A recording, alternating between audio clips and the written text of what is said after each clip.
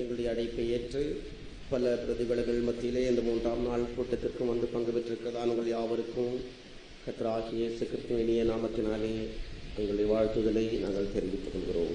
Salutations to you in the name of our Lord Jesus Christ, even to those of you who in the midst of much difficulty have accepted our invitation to be present here on the third day's evening's meeting of our Blessed Convention. இந்த மாலையிலே கர்த்தர் நம் ஒவ்வொருவரோடு பேசும்படியாய் கொஞ்ச நேரம் கரங்களை உயர்த்தி நாம் கர்த்தரை ஸ்தோத்திரம் பண்ணுவோம்.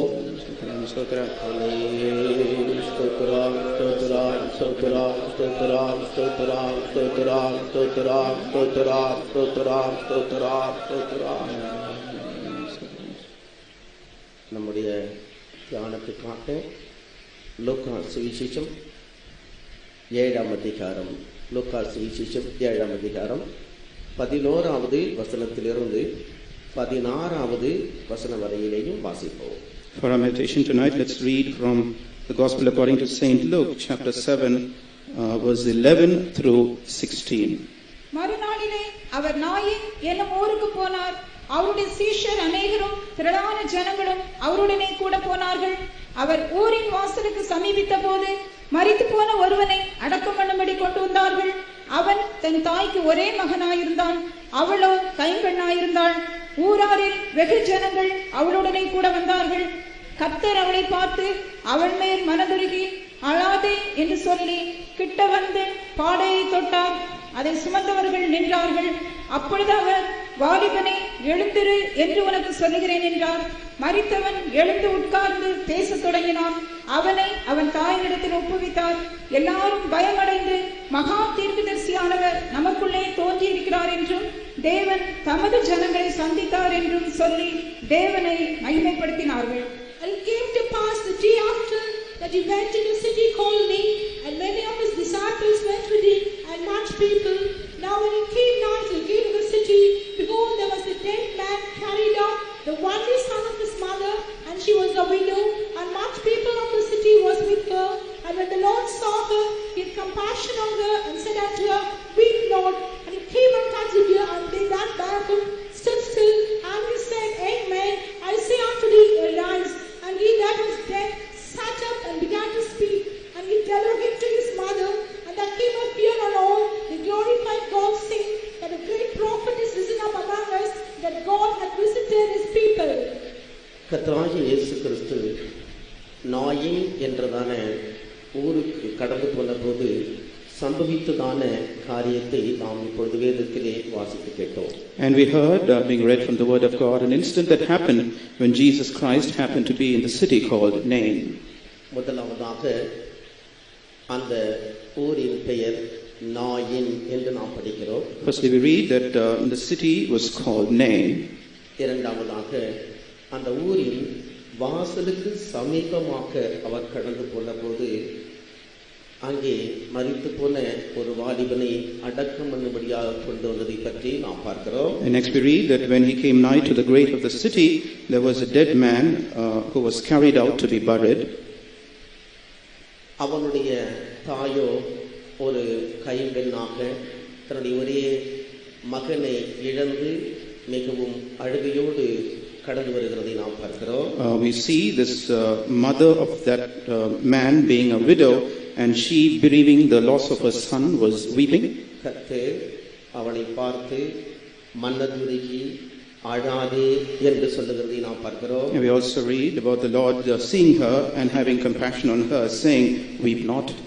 அடுத்ததாக அவர் கிட்ட வந்து பாடையை தொட்டு அந்த வாலிபனை பார்த்து எழுந்திரு என்று சொல்லுகிறதை நாம் பார்க்கிறோம். And next we read about how the Lord came near the bier and touched it and said, O young man, I say unto thee, arise. அவன் எழுந்த பொழுது கர்த்தர் அவனை அவனுடைய தாயினிடத்திலே ஒப்படைத்தார் என்று நாம் பார்க்கிறோம். And next we read as to how after he rose up from the dead, he was delivered into the hands of his mother. கடைசியாக இதை கண்டதான ஜனங்கள் எல்லாரும் மிகவும் பயமடைந்து, நமக்குள்ளே மகா தீர்க்கதரிசியானவர் தோன்றியிருக்கிறார் என்றும் தேவன் தமது ஜனங்களை சந்தித்தார் என்றும் சொல்லி தேவனை மகிமைப்படுத்தினார்கள் என்று நாம் பார்க்கிறோம். And finally we read as to how fear fell upon all the people, and the people glorified God, saying, a great prophet has risen in our midst, Now, and God has visited his people. நாம் வாசித்ததான இந்த வேத பகுதியை ஒவ்வொன்றாக இந்த மாலையிலே நாம் தியானிப்போமாக. Let us meditate upon each of the verses in this portion that we have read. முதலாவதாக நாயின் என்றதான ஊரை பற்றி நாம் பார்க்கிறோம். First we read about the city called Nain. நாயின் என்றதான அந்த வார்த்தையின் பொருள் அழகானது என்று பொருளாக இருக்கிறது. The meaning, the definition of this word Nain, this city called Nain is that it is beautiful. இந்த அழகான ஊரை நாம் நம்முடைய சொந்த ஊருக்கு நிழலாட்டமாக படிக்கிறோம். We read about the city Nain, comparing it to our own native place. ஏனென்றால் நிலையான நகரம், நிலையான ஒரு ஊர் என்று சொல்வதற்கு இந்த உலகத்திலே நமக்கு இங்கு இல்லை. Because we have no continuing city here upon earth, nothing permanent for us to call so. நாம் வரப்போகிறதையே நாடி தேடுகிறவர்களாக இருக்கிறோம். We are a people who look for and seek for one to come.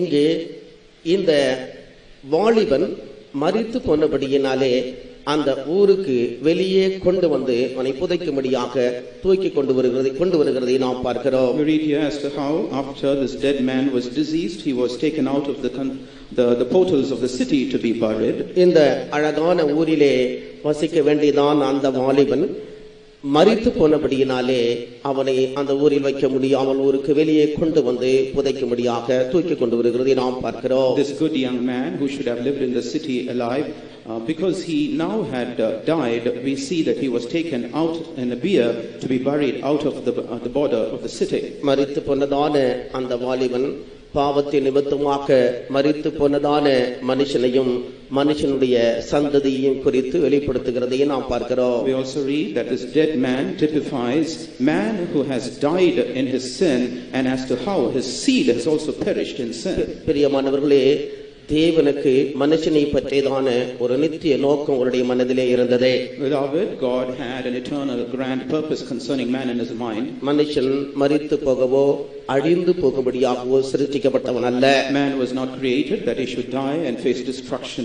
கர்த்தர் அவனை தம்முடைய சொந்த வாசஸ்தலமாக மாற்றி என்றென்றைக்கும் அவனோடு கூட இருக்கும்படியாக அவனுக்குள் வாசமாயிருக்கும்படியாக அவனை தெரிந்து கொண்டார். God chose man that man might be his own habitation, and that God might always dwell together with him and in him. அவனே அவருக்கு ஒரு அழகான பட்டணமாக மாற வேண்டும் என்ற நோக்கத்தோடு தேவன் சிருஷ்டித்தார்.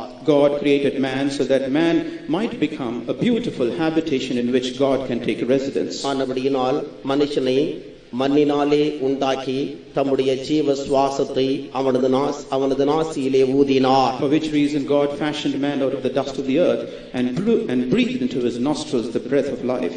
மனுஷன் ஜீவாத்துமாவானான். And man became a living soul. அவனை கர்த்தர் தாம் உண்டாக்கின அழகான ஒரு தோட்டத்திலே, அந்த ஏதேன் என்கிற ஒரு தோட்டத்திலே கொண்டு வந்து வைத்தார். And God placed this man in a beautiful garden that was created by him called Eden. அந்த தோட்டம் தான் நித்தியமாக மனுஷன் வாசமாய் இருக்க போகிறதான அந்த நிலையான நகரத்துக்கு ஒரு அடையாளமாக காட்டப்படுகிறது. And that Garden of Eden is compared to that everlasting and eternal habitation in which man will dwell. ஆனால் மனுஷனோ பிசாசானவனால் வஞ்சிக்கப்பட்டு போனான். But man was deceived by the devil. கர்த்தர் எதை செய்யக்கூடாது என்று அவனிடத்திலே சொல்லியிருந்தாரோ அதை அவன் பிசாசினால் வஞ்சிக்கப்பட்ட பொழுது செய்தான். What God asked man to refrain from, man being deceived by the devil committed that thing. அது அவனுக்கு பாவமாக மாறிற்று. And that became sin unto man. தேவன் சொல்லுகிறதை செய் என்று சொல்லுகிறதை செய்யாமல் இருப்பதும் செய்யாதே என்று சொல்லுகிறதை செய்வதும் தான் பாவம் என்று வேதம் சொல்லுகிறது. To do the thing that God refrains us or asks us to refrain from, and doing not the thing that the Lord asks us to perform, both happen to be sin. கர்த்தர் சொல்லியிருந்தார், எல்லா விருட்சத்தின் கனியை நீ புசிக்கலாம், ஆனால் இந்த குறிப்பிட்ட விருட்சத்தின் கனியை புசிக்காதே என்று சொல்லி அதை விலக்கி வைத்திருந்தார். The Lord allowed man to eat of the fruits of all other trees in the garden, but there was one particular fruit of a tree that God asked man to refrain from, from and put it away from him. ஆனால் அதை நீ புசிக்கிற நாளிலே நீ சாகவே சாவாய் என்று சொல்லியிருந்தார். And the Lord had also commanded to man that on the day thou shalt eat of that fruit thou shalt surely die. அங்குதான் முதலாவதாக சாவு அல்லது மரணம் என்றதான வார்த்தையை நாம் படிக்கிறோம். It was there we first read about this experience called death. மனுஷன் அந்த கனியை புசித்து அவன் செத்து போனான். Man ate of that fruit of the tree and he died. அவனுக்குள் உண்டான மரணமானது சரீர மரணமாக இல்லை. கர்த்தர் அவனை சிருஷ்டித்த வேளையிலே அவன் ஜீவாத்துமாவானானே, அந்த ஜீவ ஆத்துமா செத்த ஆத்துமாவாக செத்து போயிற்று. The death that the man faced in the garden then was not a bodily death. God had implanted in man a living soul on the day when he created him. That soul faced death. இன்றைக்கும் பாவம் செய்கிறதான மனுஷனுடைய ஆத்துமா செத்த நிலைமையில் இருக்கிறது. Even today the soul of a man who commits sin is in a dead state. வேதம் சொல்லுகிறது பாவம் செய்கிற ஆத்துமா சாகும். For the word of God says the soul that sinneth shall die. அதுதான் மனுஷனுக்குள்ளே வந்ததான முதலாவது மரணமாக இருக்கிறது. That is the first experience of death that entered into man's life. அதற்கு பிறகு அவன் பல 100 ஆண்டுகள் இந்த சரீரத்திலே ஜீவித்தான். After which man lived for a span of a few centuries in this body. அந்த சரீரத்திலே ஜீவிக்கிற நாளிலே அவனுக்குள் இருக்கிற ஆத்தும மரணம் பரிகரிக்கப்பட வேண்டும் என்று கர்த்தர் விரும்பினார். During that time when man lived in this body, God purposed in his mind to annul this death that had taken hold of him. அதற்காக தேவன் பலியின் சிந்தையை மனுஷனுக்கு வெளிப்படுத்தி கொடுத்தார். For which reason God revealed in man's mind the thought concerning sacrifice. ரத்தம் சிந்துதல் இல்லாமல் பாவ நிவர்த்தி இல்லை என்று வேதம் சொல்லுகிறது. For the word of God clarifies, for without shedding of blood there is no remission of sins. காலங்களாக மனுஷன் தன்னுடைய ஆத்துமாவில் இருக்கிற பாவ நிவர்த்திக்காக கர்த்தருக்கு தேவனுக்கு பலிகளை செலுத்தினான். Man for the sins that he had committed in his soul and for that to be atoned for through the ages of his life he offered sacrifices to God. இந்த மிருகங்களுடைய இரத்தமானது மனுஷனுடைய மனசாட்சியில் இருக்கிறதான பாவத்தை பாவம் இல்லை என்று அவனுக்கு அப்படிப்பட்ட நிச்சயத்தை அவனுக்கு கொடுக்க முடியவில்லை. The blood of those sacrificial beasts were not able to give man the assurance in his mind that the sins that he had once committed have been totally purged. இந்த கடைசி நாளிலே மனுஷனுடைய பரிதாபமான நிலைமையை கண்டு மனுஷன் மேல் மனதுருகி தேவனே மனுஷனாக மாறி தம்முடைய விலையேறிய பரிசுத்த இரத்தத்தை சிந்தினார். But looking at man's pathetic state in these days of time, God himself shed his precious blood, offering himself as a living sacrifice. அதைத்தான் கல்வாரியிலே தொங்கி தன்னுடைய ஜீவனை விட்டதான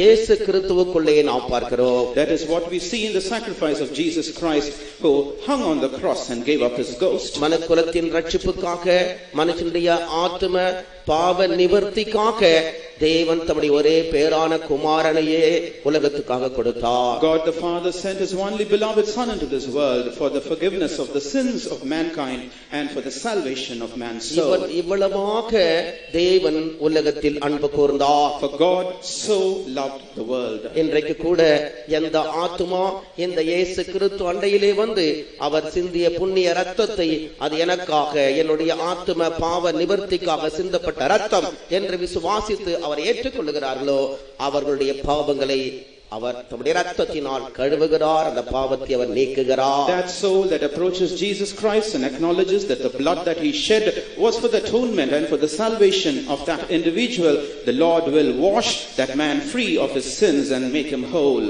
பாவத்தின் நிமித்தமாக மனுஷனுக்குள் இருந்ததான மரணத்தை அவர் அழித்திருக்கிறார். There was this death that came as a consequence of sin. God had put an end to that. அதனால்தான் இயேசு கிறிஸ்துவை குறித்து வேதம் இப்படி சொல்லுகிறது. That is why the word of God so speaks about our Lord Jesus. இந்த கடைசி நாட்களிலே அந்த இயேசு கிறிஸ்து பிரசன்னமானதினாலே தேவனுடைய கிருபை மனுஷனுக்கு வெளியாக்கப்பட்டிருக்கிறது. In these days, because of the appearance of our Lord Jesus Christ, the grace of God has been manifested to man. மனுஷனுடைய ஆத்துமா மரித்த நிலவரத்திலே இருந்து அது இன்னொரு மரணமாகிய இரண்டாம் மரணத்துக்குள் போவது தேவனுக்கு சித்தமில்லை.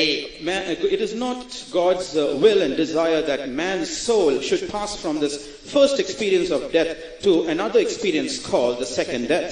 ஆனபடியினாலே கர்த்தராகிய தேவன் தம்முடைய குமாரனையே கொடுத்து அந்த இயேசு கிறிஸ்துவின் பிரசன்னத்தினாலே கிருபையை வெளிப்படுத்தி இருக்கிறார். Therefore God the Father sent his own beloved son, and through the appearance of his son did manifest his grace upon us. இயேசு கிறிஸ்து பிரசன்னமானதினாலே அந்த கிருபை இப்பொழுது வெளிப்படுத்தப்பட்டிருக்கிறது. Because of the appearance of our Lord Jesus Christ, that grace is manifested. அவர் மரணத்தை பரிகரித்து ஜீவனையும் அழியாமையையும் சுவிசேஷத்தினாலே வெளியரங்கமாக்கி இருக்கிறார். He abolished death and brought life and immortality to light through the gospel of Christ. இந்த சுவிசேஷத்தை கர்த்தர் பிரசங்கிப்பதனுடைய நோக்கமே செத்து போன ஆத்துமா மீண்டுமாய் உயிர் மீட்சி பெற்று அது தேவனிடத்தில் திரும்பி வர வேண்டும் என்ற நோக்கத்தோடு தான். The purpose behind this gospel being preached of God is that the soul that has died should receive a lease of life. It should be rejuvenated and should once again turn to God. ஆத்தும ரட்சிப்பு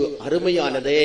For precious is the salvation of the soul. அது உலகத்தில் இருக்கிற பொன்னை கொண்டோ பொருளை கொண்டோ அல்லது எந்த சிநேகிதரை கொண்டோ நண்பரை கொண்டோ நம்மை நேசிக்கிற ஒருவரை கொண்டோ அதை செய்ய முடியாது.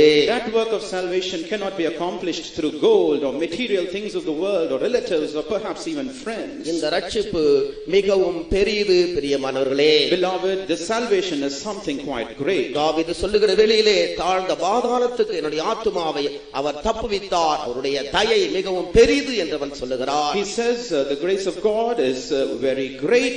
He delivered my soul from the grasp of the grave. ரட்சிக்கப்பட்டதான தேவனுடைய ஜனங்களாகிய நமக்கு இருதயத்தின் ஆழத்தில் அதை குறித்ததான நன்றி எப்பொழுதும் இருக்க வேண்டும். In us, the people of God, we should have this deep gratefulness concerning the salvation of God. கல்வாரியின் தரிசனம் எப்பொழுதும் நமக்கு உண்டாயிருக்க வேண்டும். We should always have before us the vision of Calvary. அவருடைய இரத்தம் நம்முடைய அறிக்கையா இருக்க வேண்டும். Our confession should be the blood of Christ. கர்த்தருடைய பரிசுத்த நாமத்துக்கு மகிமை உண்டாவதாக. To the holy name of our Lord be glory. ஒருவேளை இந்த கூட்டத்திலே நீங்கள் புதிதாக வந்திருப்பீர்களானால், even though you happen to be newcomers to this meeting, உங்களுடைய ஆத்தும ரட்சிப்பு அருமையானது என்று நீங்கள் அறிந்து கொள்வீர்களாக. take knowledge of the fact that your salvation is precious. கர்த்தராகிய இயேசு கிறிஸ்துவின் விலையேறிய இரத்தத்தினால் உண்டாயிருக்கிறதான இந்த பாவ மன்னிப்பை நீங்கள் பெற்றுக்கொள்ள வேண்டியது நிச்சயமாக இருக்கிறது. It is quite certain and important for you to receive the salvation of your soul, which is through Jesus Christ. ஒருவேளை நீங்கள் இந்த ரட்சிப்பை தள்ளி விடுவீர்களானால், perhaps if you happen to reject this salvation, உங்களுடைய ஆத்துமா செத்த நிலவரத்திலேயே நீங்கள் சரீரத்திலே இந்த உலகத்தை விட்டு கடந்து போவீர்களானால், if you happen to pass away from this world, from this body with your soul yet not saved, அந்த பாவ மன்னிப்பை பெறாத ரட்சிக்கப்படாத பாவம் நிறைந்த அந்த ஆத்துமா பிரியமானவர்களே அது இரண்டாவது மரணத்துக்குள்ளே போய்விடும். Beloved, that soul which has its sin still unforgiven it, and that soul that is not yet saved will have to take part in that second death. வேதம் சொல்லுகிறது இரண்டாம் மரணம் என்று சொல்வது அது அக்கினியும் கந்தகமும் எரிகிறதான கடல் என்று சொல்லுகிறது. Beloved, the word of God clarifies that the second death is to take part in that sea of lake of fire that burns with fire and with brimstone. அது மனுஷனுக்காக உண்டாக்கப்பட்ட இடமல்ல. It's not a place that was created for man. பிசாசுக்காகவும் அவனுடைய தூதனுக்காக உண்டாக்கப்பட்ட இடம் அது. That was a destination prepared for the devil and for his angels. அப்படிப்பட்ட கொடிய வேதனையை அனுபவிக்கும்படியாக ஒரு மனுஷனும் அதற்குள் போக தேவன் விரும்புகிறதில்லை. God does not desire that any man should partake of that place and be found there. கர்த்தர் உலகத்தை நேசிக்கிறார். Beloved, the Lord loves this world. கர்த்தர் ஜனங்களை நேசிக்கிறார். The Lord loves the people. கர்த்தர் இந்த தேசத்தை நேசிக்கிறார். The Lord loves this land. அதற்காக தான் இந்த ரட்சிப்பை சுவிசேஷமாக அறிவிக்கும்படியான வாய்ப்புகளை கொடுத்துக் கொண்டிருக்கிறார். For which reason God is opening up ways by which this salvation can be preached as the gospel. இதுவே ரட்சணிய நாள். This is the day of salvation. இதுவே அனுக்கிரக காலம். This is the acceptable time. நாளைக்கு நான் ரட்சிக்கப்படலாம் என்று சொல்ல வேண்டாம். Do not say, let my salvation happen tomorrow. இந்த இயேசுவை குறித்து நான் இப்பொழுதுதான் கேள்விப்படுகிறேன், நாளைக்கு அதை குறித்து நான் சிந்திக்கிறேன் என்று நீங்கள் சொல்ல வேண்டாம். Do not say, I happen to hear about Jesus just now. Salvation can wait for the next day. நாளை நம்முடையது அல்ல என்று நாம் அறிவோமே. Do we not know that tomorrow does not belong to us? ஆனபடியால் ஆத்தும ரட்சிப்பு அருமையானது, அதை இயேசு கிறிஸ்துவின் விலையேறிய இரத்தத்தின் மூலமாக நீங்கள் பெற்றுக்கொள்வீர்களாக. Therefore the salvation of your soul is precious. Therefore receive thou it through the blood of the Lord Jesus Christ. இங்கே ஒரு வாலிபன் மரித்து போனதை நாம் பார்க்கிறோம். Here we read about the death of a young man. கர்த்தர் கிருபையாய் அவனை தொட்டு சுகமாக்கி அவனை உயிரோடு எழுப்பினார். And the Lord touched that dead man's spear and raised him up alive. அவன் மரித்தோரை விட்டு எழும்பினான். And he rose up from the dead. இது எதற்கு அடையாளமாக இருக்கிறது? What is this symbolic of? அக்கிரமத்திலேயும் பாவத்திலேயும் செத்து போய் கிடக்கிறதான எந்த மனுஷனையும் உயிர்ப்பிக்க இயேசுவினால் மாத்திரம்தான் முடியும் என்பதை அது வெளிப்படுத்துகிறது. This speaks of Jesus Christ and Jesus Christ alone having the ability and the power to raise up a man who has died in his sins and iniquities. மரித்தோரை எழுப்பினார்கள் என்று நீங்கள் எங்க யாராயில் எழுப்பினார்கள் என்று நீங்கள் கேள்விப்பட்டிருக்கிறீர்களோ? Have you ever heard and read about any man raising up another dead man alive? இயேசு கிறிஸ்துவை அல்லாமல் அவருடைய சீஷர்களை அல்லாமல் இந்த வேதம் சொல்லுகிறது அல்லாமல் வேறு எந்த இடத்திலேயும் செத்தவன் எழுப்பினான் என்று ஒருவரும் சொல்ல முடியாது. For without the disciples, without Jesus Christ, and without what is seen in the scripture, no man can ever make claims that one has raised another up from the dead. வேதத்தின் ஒவ்வொரு பக்கத்தை நீங்கள் பார்ப்பீர்களானால் கர்த்தராகிய இயேசு கிறிஸ்துவின் அற்புத வல்லமை விளங்குகிறதை நாம் பார்க்க முடியும். If you flip through the pages of the scripture, you can see the manifestation of the miraculous power of Jesus. வேதம் வல்லமை உள்ளதாக இருக்கிறது. The word of God is powerful. கர்த்தருடைய வார்த்தை வல்லமை நிறைந்ததாக இருக்கிறது. God's words are packed with power. அது செத்து போன ஆத்துமாவை உயிர்ப்பிக்க கூடியதாக இருக்கிறது. It is that which can revive a dead man to life. வேதம் குறைவற்றதும் ஆத்துமாவை உயிர்ப்பிக்க கூடியதுமாக இருக்கிறது. The word of God is perfect and that which quickens a man's soul. இங்கே தேவன் ஒரு பெரிய அற்புதத்தை இயேசு கிறிஸ்து ஒரு பெரிய அற்புதத்தை செய்கிறதை நாம் பார்க்கிறோம். Here we read about the Lord Jesus Christ performing a marvelous wonder. எதற்காக இந்த அற்புதத்தை செய்தான்? எதற்காக இந்த அற்புதத்தை செய்தான்? Why did he perform this wonder? இவன் மீண்டுமாய் ஒரு பாவியாக ஜீவிப்பதற்காகவா? Is it for this man to once again relive his life in sin? இல்லை பிரியமானவர்களே. Not so, beloved. அந்த மனுஷனை குறித்துதான் தேவனுடைய நோக்கம் அவனுக்குள் நிறைவேற வேண்டும் என்றுதான் கர்த்தர் விரும்பி அப்படி செய்கிறார். God so did desiring that his plan concerning that man should be brought to fulfillment in his life. இன்றைக்கு கூட நீங்கள் பலவிதமான தேவைகளோடு இங்கு வந்திருக்கலாம். Even today you might have come here with diverse needs. அற்புதங்களை எதிர்பார்த்து நீங்கள் வந்திருக்கலாம். Expecting miracles perhaps. நேற்றும் இன்றும் என்று மாறாதவராக இருக்கிறார். The Lord Jesus Christ is the same yesterday, today and forever. இன்றைக்கும் அதை செய்ய அவர் உண்மையுள்ளவராக இருக்கிறார். He is faithful and true to perform it even today. தமது வாக்குத்தத்தத்தில் அவர் உண்மையுள்ளவராக இருக்கிறார். He is faithful in his promises. தம்முடைய வசனத்தில் அவர் உண்மையுள்ளவராக இருக்கிறார். He is true to his word. தம்முடைய உண்மை நிமித்தமாய் அதை அவர் செய்கிறார். By virtue of his faithfulness he will do it. அப்படிப்பட்ட அற்புதங்களை நாம் பெற்றுக்கொள்ளும்போது when we see and taste of these miracles, நம்மை பற்றிய தேவ நோக்கம் என்ன? what is God's purpose concerning us? நாம் நிலையான நகரத்துக்கு போகும்படி நம்மை ஆயத்தமாக்கிக் கொள்ள ஒப்புக்கொடுக்க வேண்டும். We have to surrender ourselves and prepare ourselves to attain to a continuing and enduring city. நிலையான நகரம் இனி அது இங்க அல்ல, இனி வரப்போகிறதாக இருக்கிறது. There is a continuing city. It does not linger here, it is to come. பிலிப்பியர்ல Pavul சொல்லுகிற வேளையிலே when Saint Paul writes to the Philippians, நம்முடைய குடியிருப்போ அது இங்கு அல்ல, அது பரலோகத்தில் இருக்கிறது. for our conversation is not here on earth, it is rather in heaven. இந்த உயிரோடு எழுப்பப்பட்ட மனுஷன் அவனுடைய சொந்த ஊருக்கு அந்த ஊருக்குள்ளே திரும்பி போக வேண்டியதாக இருக்கிறது. It is essential for this man who was raised up alive to re-enter into his native land. அப்படியே அக்கிரமத்திலேயும் பாவத்திலேயும் செத்த மனுஷனை கர்த்தர் பாவ நிவர்த்தி செய்து அவனுக்கு உயிர் வீழ்ச்சி கொடுக்கும் பொழுது, when God revives this man who had died in his sins and iniquities and raises him up alive, செத்த ஆத்துமா ஜீவ ஆத்துமாவாக மாறும் பொழுது, when that dead soul now becomes a living soul, அவன் தேவனுடைய ராஜ்யத்துக்குள் பிரவேசிக்கும்படியாக தன்னை ஆயத்தமாக்க வேண்டும். he has to prepare himself to make entrance into the kingdom of God. அதற்கு கர்த்தர் விசேஷமாக 3 காரியங்களை சொன்னார். For which reason the Lord spoke specially of 3 things. யோவான் சுவிசேஷம் 3ஆம் அதிகாரம் 3வது வசனத்திலே தேவனுடைய ராஜ்யத்தை அந்த அழகான நகரத்தை காணும்படியாக முதலாவதாக மனுஷன் மனம் திரும்ப வேண்டும் என்று சொன்னார். And for a man to see or behold that beautiful kingdom, the Lord first encourages in St. John's Gospel chapter 3 and verse 3 that a man should be born again. இயேசு வண்டியிலே வந்து, ஆண்டவரே நான் ஒரு பாவி என்ற ஒரு மனுஷன் தன்னை அந்த பாவத்தை ஒத்துக்கொண்டு பாவ வாழ்க்கையை வெறுத்து அவரிடத்திலே அவன் திரும்புவானானால் அவன் தேவனுடைய ராஜ்யத்தை காணலாம். If a man shall come to Jesus, acknowledge him as God, confess that he is a sinner and shall turn away from his sinful life, that man can behold that kingdom of God. ஆனால் அவன் அதற்குள் பிரவேசிக்க வேண்டுமானால், But if he has to make entrance into that kingdom, யோவான் சுவிசேஷம் 3ஆம் அதிகாரம் 5வது வசனத்திலே ஆண்டவர் இப்படி சொல்லுகிறார். in John's Gospel chapter 3 and verse 5 we read about our Lord so saying, மெய்யாகவே மெய்யாகவே நான் உங்களுக்கு சொல்லுகிறேன், ஜலத்தினாலும் ஆவியினாலும் பிறவாவிட்டால் தேவனுடைய ராஜ்யத்துக்குள் பிரவேசிக்க மாட்டார். Verily, verily, I say unto you, except a man be born of water and in the Spirit, he shall not enter into the kingdom of God. மனுஷன் இழந்து போனதான தன்னுடைய சொந்த ஊரை, சொந்த நகரை அவன் பெற்றுக்கொள்ள வேண்டுமானால் அவன் ஜலத்தினால் பிறக்க வேண்டும். If a man has to regain his native city, the land in which he was once born, he has to be born first of water. அதுதான் ஞான ஸ்நானம் எடுத்துக்கொள்வதே. That is to receive water baptism. அதை குறித்து தான் நேற்று மாலையிலே நீங்கள் கேள்விப்பட்டீர்கள். It is concerning which you heard about last evening. மூன்றாவதாக அவன் ஆவியினால் பிறக்க வேண்டும். Thirdly, a man should be born in the Spirit. ஆவியினாலே பிறக்க வேண்டும் என்று சொன்னால் பரிசுத்த ஆவியின் அபிஷேகத்தை மனுஷன் பெற்றுக்கொள்ள வேண்டும் என்று அர்த்தம். The meaning of a man being having to be born in the Spirit, it means a man has to receive the unction of the Holy Spirit. தேவனுடைய ராஜ்யத்துக்குள் ஒரு மனுஷன் பிரவேசிக்க வேண்டுமானால், If a man has to enter into the kingdom of God, அவன் பரிசுத்த ஆவியின் அபிஷேகத்தை பெற்றுக்கொள்ள வேண்டும். he has to receive the anointing of the Holy ஏன் Spirit. அவன் பரிசுத்த அபிஷேகத்தை பெற வேண்டும்? Why should he so receive that Spirit? இவன் செத்து போய் வெளியே கொண்டு வரப்பட்டானே, அந்த அவன் எழுந்து போனதான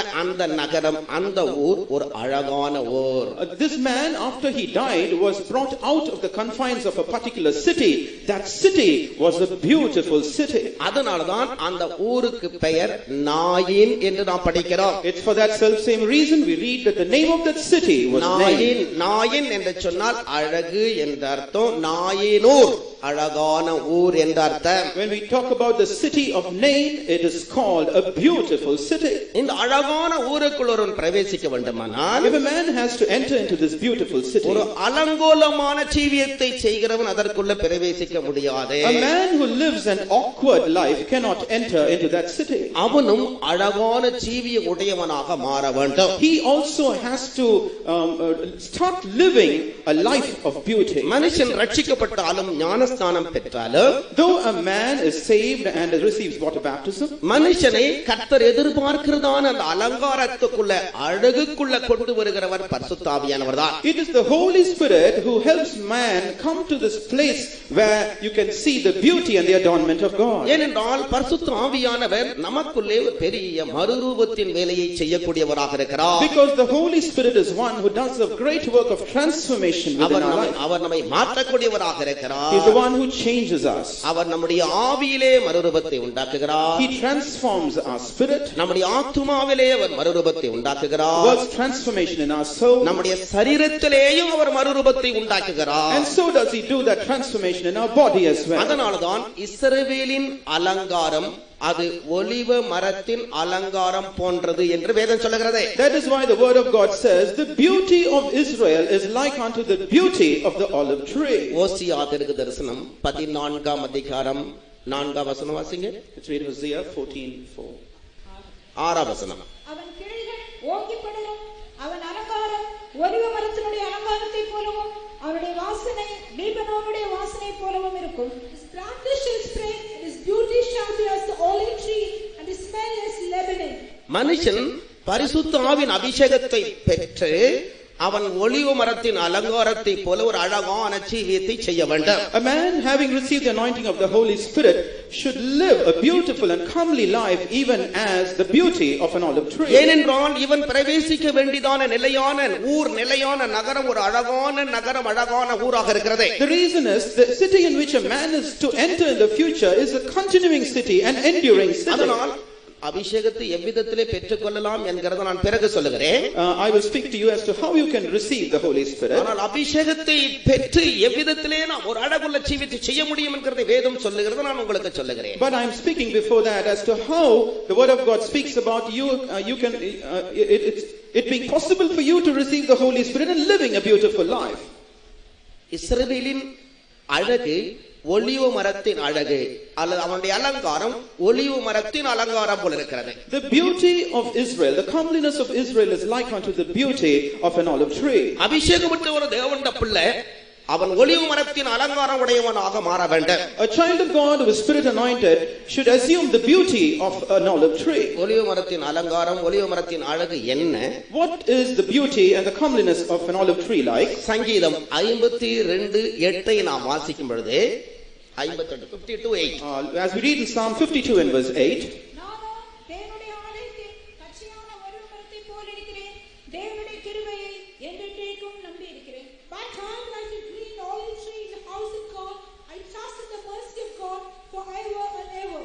நானோ தேவனுடைய ஆலயத்தில் பச்சையான ஒலிவ மரத்தை போல் இருக்கிறேன். I am like a green olive tree in the house of the Lord. அந்த பச்சையான அந்த நிறம்தான் ஒலிவ மரத்தினுடைய விசேஷமாக இருக்கிறது. The speciality of the olive tree is how it is verdant, how it is green. அதுதான் அதனுடைய அழகாக இருக்கிறது. That is what gives it its beauty. அப்படியானால் மனுஷன் இந்த பச்சையான மரத்தை போல மாற வேண்டும். Now man should become verdant and green as this tree. பச்சையான மரம் யார் தெரியுமா? Who is this green tree? Do you know?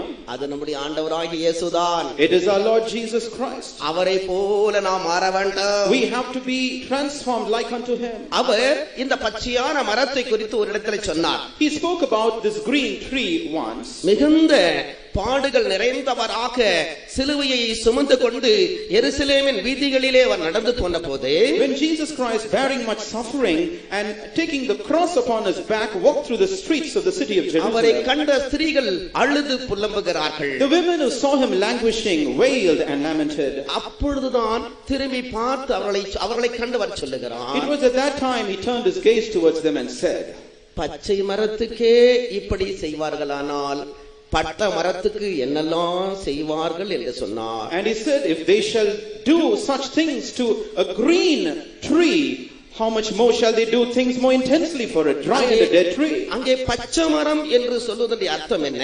What is the meaning of he using the word green tree? பாவமில்லாத ஜீவியம், A sin-free life, பரிசுத்தமான ஜீவியம். a holy life. நம்முடைய ஆண்டவராகிய இயேசு கிறிஸ்துவுக்குள் பாவமில்லை. In our Lord Jesus Christ is no sin. அவருக்கு பாவம் தெரியாது. He knew no sin. அவர் பாவம் செய்யவில்லை. He committed no sin. அவர்தான் பச்சையான மரம். He is that green tender tree. அபிஷேகத்தை பெறுகிற ஒரு தேவனுடைய பிள்ளையினுடைய ஜீவியமானது அப்படிப்பட்ட ஒரு பாவம் இல்லாத பரிசுத்தமான அனுபவத்துக்குள்ளே கடந்து வருகிறது. The life of a child of God who receives the anointing of the Holy Spirit will come to an experience of being sin free, and it shall be holy. நீங்கள் ஞானஸ்நானம் பெற்றாலும் கூட, Even though you receive water baptism, நீங்கள் ரட்சிக்கப்பட்டு ஞானஸ்நானம் பெற்றாலும் கூட, although you have been saved and have received water baptism, உங்களுடைய சரீரத்திலே தானே உங்களுடைய ஆத்துமாவுக்கு விரோதமாய் போர் செய்கிறதான மாம்ச இச்சையான வல்லமைகள் இருந்து போராடுகிறதை நீங்கள் பார்க்கிறீர்கள். you are able to experience that there are fleshly lusts in the members of your body that war against your soul. ஆனபடியால் நம்முடைய சரீரத்திலே, சரீரத்தின் அவயவங்களிலே பாவம் வாசமாய் கொண்டிருக்கிறது. For which reason sin dwells in our mortal bodies, in our members. இது இந்த ஆத்துமாவோடு நித்தமும் போராடி ஆத்துமாவுக்குள்ள பிரவேசித்து மீண்டுமாய் நம்மை பாவிகளாய் மாற்றிவிடக் கூடாது.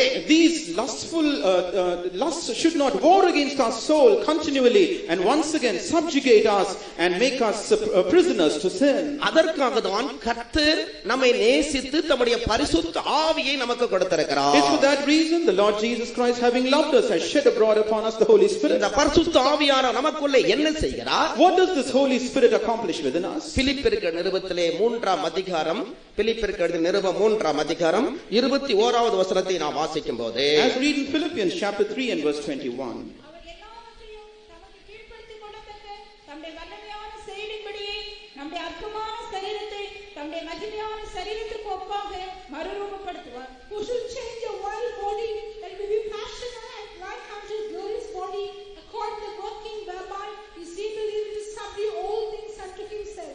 இந்த அற்பமான சரீரத்தை அவருடைய மகிமையான சரீரத்துக்கு ஒப்பாக மறுரூபப்படுத்துகிறார். He will change our vile body that it should be transformed like unto his glorious body. எப்படி அதை செய்கிறார்? How does he accomplish that? இந்த சரீரத்திலே நம்மை தாழ்த்தி, நம்மை சிறுமைப்படுத்துகிறதான, நம்மை வேதனைப்படுத்துகிறதான மாம்சீகமான இச்சையாக்கிய அந்த வல்லமைகளை தாழ்த்தி அவைகளை மேற்கொள்ள அவைகளை ஜெயிக்கக்கூடிய ஒரு வல்லமையாக பரிசுத்த ஆவியை நமக்கு தருகிறார். He grants us the Holy Spirit.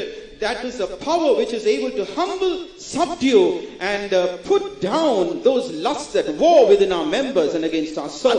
அதனாலதான் பரிசுத்த ஆவியை குறித்து சொல்லும் பொழுது சரீரத்தின் செய்கைகளை சரீரத்தின் கிரியைகளை அழித்து விடக்கூடியவர், மாம்சீகமான சரீர கிரியைகளை அழிக்க வல்லவர் என்று அவரை குறித்து வேதம் சொல்லுகிறது. That is why the word of God speaks about the Holy Spirit and his work, that it is able to mortify the deeds of the flesh. நாம் ஒரு அழகான ஊருக்குள் பிரவேசிக்கும்படியாக கர்த்தர் நம்முடைய ஜீவியத்தை பரிசுத்தமாகி அந்த அழகினால் அழகுள்ளவர்களாக நம்மை சிருஷ்டிக்க விரும்புகிறார். The Lord wishes us to be created in the beauty of holiness, that we might be made worthy to enter into the confines of that beautiful city. ஆனபடியினால் நம்முடைய அலங்காரம் ஒலிவ மரத்தின் அலங்காரம் போல, ஒலிவ மரத்தின் அழகை போல அது பச்சையாக இருக்க வேண்டும். Therefore our beauty should resemble the beauty of an olive tree, being verdant and green. நம்முடைய வாழ்க்கையிலே நம்மை உலர்ந்து போக பண்ணக்கூடிய, காய்ந்து போக பண்ணக்கூடியதான இந்த பாவ வல்லமையை மேற்கொள்ளும்படியாக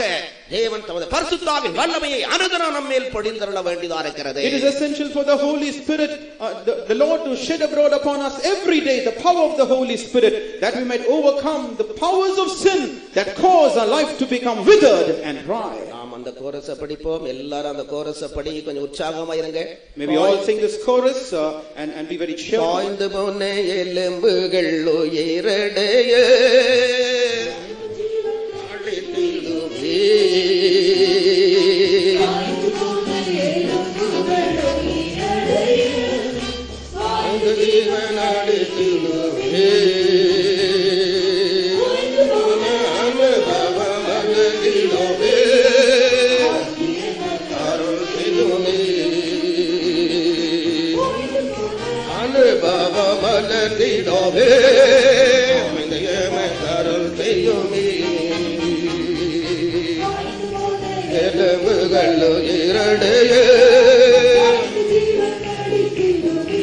Amen. Hallelujah.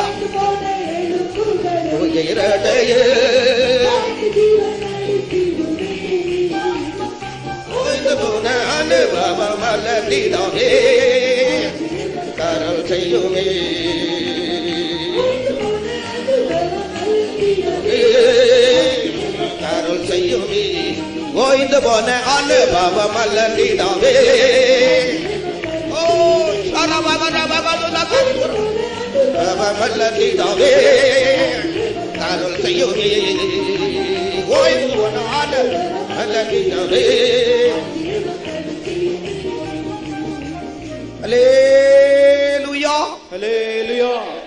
பரிசுத்தமான அபிஷேகத்தை பெற்ற தேவ ஜனங்கள் பச்சையான அனுபவத்திலே பாவமற்ற ஒரு ஜீவியத்தை காத்துக்கொள்ளும்படியாய் ஆவியினால் நிரப்பப்பட்டு ஜீவிக்க வேண்டியது மிகவும் அவசியமாக இருக்கிறது. It is essential for a spirit-filled children of God to preserve their life to be holy and sin-free, that it might be as green as an olive tree. இரண்டாவதாக அந்த அழகான ஊருக்குள் பிரவேசிக்கும்படியாக நாம் பெற வேண்டியதான இன்னொரு அழகான அனுபவத்தை உன்னத பாட்டு நமக்கு சொல்லுகிறது. Next, the Song of Solomon speaks of another beautiful experience that we need to possess to be qualified to enter into that beautiful city. உன்னத பாட்டுகள் 6ஆம் அதிகாரம், உன்னத பாட்டுகள் 6ஆம் அதிகாரம் 4வது வசனத்தை நாம் வாசிப்போம். Let's read from the Song of Solomon chapter 6 and verse 4.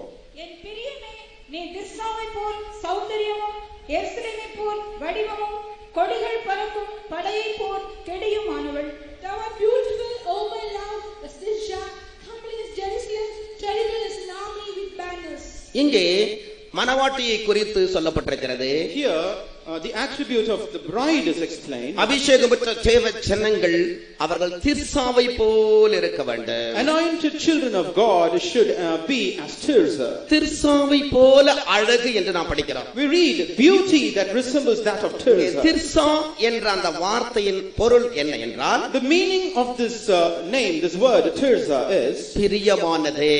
it means that which is beloved. பிரதிபலன் கருதாமல் நற்செயலை நற்கிரியைகளை செய்யக்கூடிய That which is able to do good, not expecting reward in return. கர்த்தருடைய அன்பினால நிறைந்து அவருக்கு பிரியமாய் நடந்து கொள்வதே. Being filled with the love of God and walking worthy of His pleasure. அதைத்தான் நாம் எபேசியர்ல படிக்கிறோம். That's what we read in the epistle to the Ephesians. எபேசியருக்கு நிருபத்திலே பரிசுத்த பவுல் 5ஆம் அதிகாரத்தின் முதல் 2 வசனங்களிலே அபிஷேகத்தை பெற்ற தேவ ஜனங்களுடைய அழகை குறித்து எடுத்து சொல்லுகிறார். Saint Paul writes about the beauty of the spirit anointed children of God in his epistle to the Ephesians in chapter 5 in the first 2 verses. ஆதலால் நீங்கள் பிரியமான பிள்ளைகளைப் போல தேவனை பின்பற்றுகிறவர்களாகி கிறிஸ்து நமக்காக தம்மை தேவனுக்கு சுகந்த வாசனையான காணிக்கையாகவும் பலியாகவும் ஒப்புக்கொடுத்து நம்மில் அன்பு கூர்ந்தது போல நீங்களும் அன்பிலே நடந்து கொள்ளுங்கள். We therefore followers of God as dear children and walk in love as Christ also has loved us and has given himself for us, an offering and a sacrifice to God for a sweet smelling savor. அன்பிலே நடந்து கொள்ளுங்கள் என்று வேதம் சொல்கிறது. The word of God says, walk in love. நம்முடைய கர்த்தர் நமக்காக தம்மை சுகந்த வாசனையான காணிக்கையாக பலியாக எவ்விதத்திலே ஒப்பு கொடுத்து நம்மில் அன்பு கூர்ந்தாரோ அதுபோல நீங்களும் ஒருவரில் ஒருவர் அன்பு கூர்ந்து அன்பிலே நடந்து கொள்ளுங்கள். Walk ye in love as Christ also has loved us and hath given himself for us as a sacrifice and an offering unto God for a sweet smelling savor. நம்முடைய ஆண்டவராகிய இயேசு கிறிஸ்து வெளிப்படுவதற்கு முன்னதாக before the appearance of our Lord Jesus Christ, தேவனுடைய ஜனங்களுக்கு பிரமாணங்கள் கொடுக்கப்பட்டது. the laws were given to the people. பூர்வோத்தாருக்கு உரைக்கப்பட்டது என்று எழுதியிருக்கிறவைகளை நீங்கள் கேள்விப்பட்டிருக்கிறீர்கள். You have heard of the things that were spoken of aforetime. உனக்கு அடுத்தவனை சிநேகித்து உன் சத்துருவை பகைப்பாயாக என்றுதான் பிரமாணம் சொல்லுகிறது. The word of God says, அடுத்தவனை சிநேகித்து சத்துருவை பகைத்து விடு. Thou shalt love thy neighbor, rather hate thine adversary. அது பூர்வோத்தாருக்கு சொல்லப்பட்டது. This was the law of the old time. நியாயப்பிரமாணம் சொல்லுகிறது. That's what the law says. ஆனால் நம்முடைய ஆண்டவராகிய இயேசு சொன்னார், நான் உங்களுக்கு சொல்லுகிறேன். But the Lord Jesus Christ said, I say unto you. நான் உங்களுக்கு சொல்லுகிறேன். What I say unto you. உங்களுடைய சத்துருக்களை சிநேகியுங்கள். Love your adversaries. எப்படி முடியும்? How is it possible? யாரால முடியும்? Who can do such a thing? அபிஷேகத்தை பெற்ற தேவ ஜனங்களால் மாத்திரமே அதை செய்ய முடியும். It is possible only with the spirit anointed children of God. ஏனென்றால் the reason is ரோமருக்கு நிருபம் 5ஆம் அதிகாரம் 5ஆம் வசனத்திலே நாம் இப்படி வாசிக்கிறோம். We read so in Romans chapter 5 and verse 5. மேலும் உங்களுக்கு அருளப்பட்ட பரிசுத்த ஆவியினாலே தேவ அன்பு உங்களுடைய இருதயத்திலே ஊற்றப்பட்டிருக்கிறது. For the love of God is shed abroad upon your hearts through the anointing of the Holy Spirit. இந்த தேவ அன்பு உங்களை நிரப்பும்படியாக, so that this love might fill you, உங்களுடைய இருதயம் எப்போதும் பரிசுத்த ஆவியானவருக்கு திறக்கப்பட்டிருக்க வேண்டும். Your heart should always be thrown open to the infilling of the Holy Spirit. இந்த தேவ அன்பினால் நிரப்பப்படும்படியாய் ஆவியிலே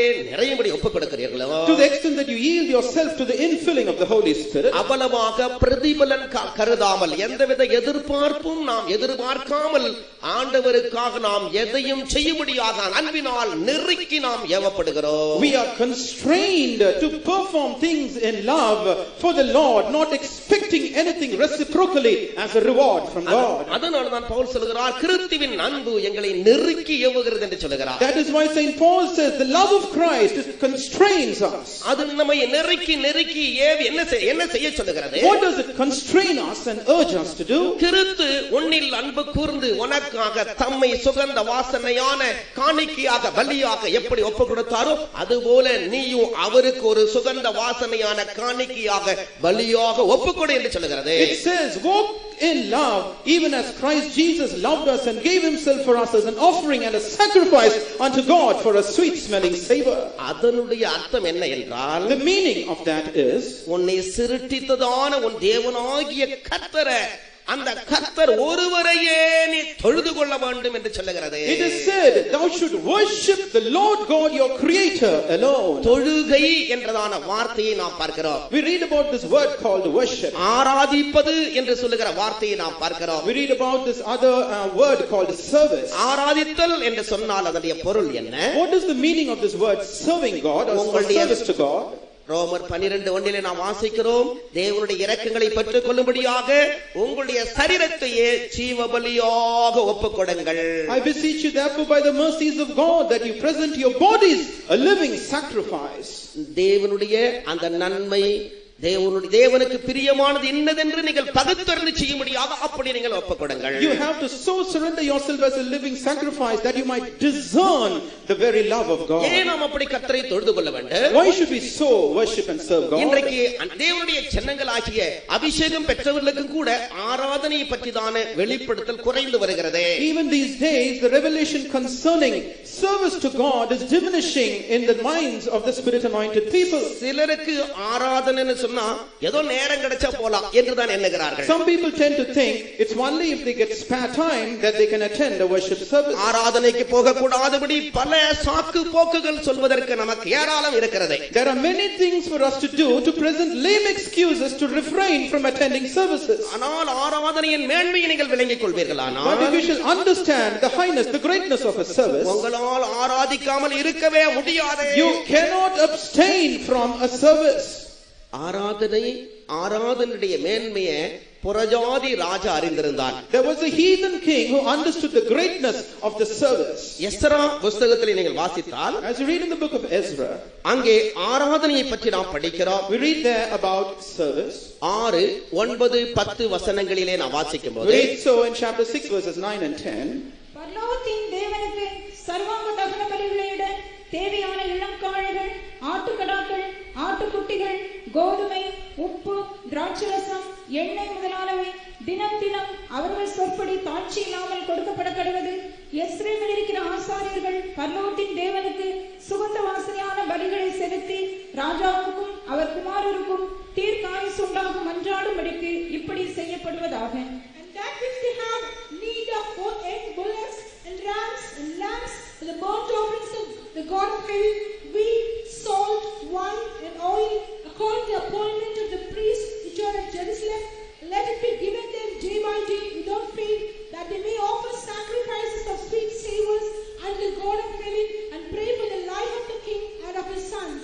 ராஜாவுக்கும் அவர் குமாரருக்கும் தீர்காயுசு உண்டாக்க மன்றாடும்படிக்கு இப்படி செய்யப்படுவதாக. And let it be so done through prayer being offered for the longevity of the king and for his sons. தேசம் ஆசீர்வதிக்கப்பட வேண்டுமானால், if the land has to be blessed, ராஜாங்கம் ஆசீர்வதிக்கப்பட வேண்டுமானால், if the kingship, the kingdom should be blessed, தேவனுடைய ஜனங்கள் தேவனை ஆராதிக்க வேண்டும். the people of God should serve and worship God. தேசம் ஆசீர்வதிக்கப்படுவதற்கு தேவ ஜனங்கள் ஆராதிக்க வேண்டி இருக்குமானால், if it is essential for the people of God to worship and serve God, for the land to be generally blessed, சபை ஆசீர்வதிக்கப்பட வேண்டுமானால், if the church has to be blessed, குடும்பங்கள் ஆசீர்வதிக்கப்பட வேண்டுமானால், if families have to be blessed, ஆராதிப்பது எவ்வளவு முக்கியமான காரியம் என்று நீங்கள் எண்ணி பாருங்கள்.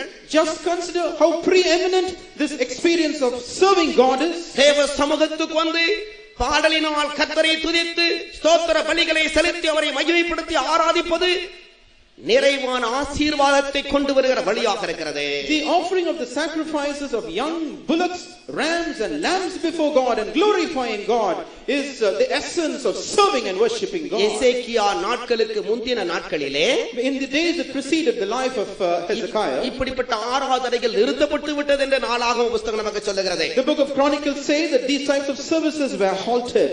ஆராதனை எங்கே நிறுத்தப்பட்டதோ, for where services were halted, அங்கே கர்த்தருடைய கடும் கோபம் எருசலேமின் மேலும் யூதாவின் மேலும் வந்தது என்று நாம் பார்க்கிறோம். we read on that time did come upon Judah and Jerusalem the intense wrath and the anger of God. ஆனபடியினால் எசேக்கியா ராஜாவாக வந்த உடனே ஆலயத்தின் கதவுகளை திறந்து அங்கே செலுத்த வேண்டியதான பலிகளின் ஒழுங்குகளை அவன் ஏற்படுத்தியதை நாம் பார்க்கிறோம். that is why we read as soon as Hezekiah assumed the throne as king, he opened the doors to the temple of God, did reformation and set in order the things that belong to the service of God. அருமையான தேவனுடைய ஜனமே, beloved people of God, நம்முடைய வாழ்க்கையிலே கர்த்தரை ஆராதிக்கிற ஆராதனை மிகவும் முக்கியமானதாக காணப்படுகிறது. beloved, the experience of serving God is very preeminent and important in our life.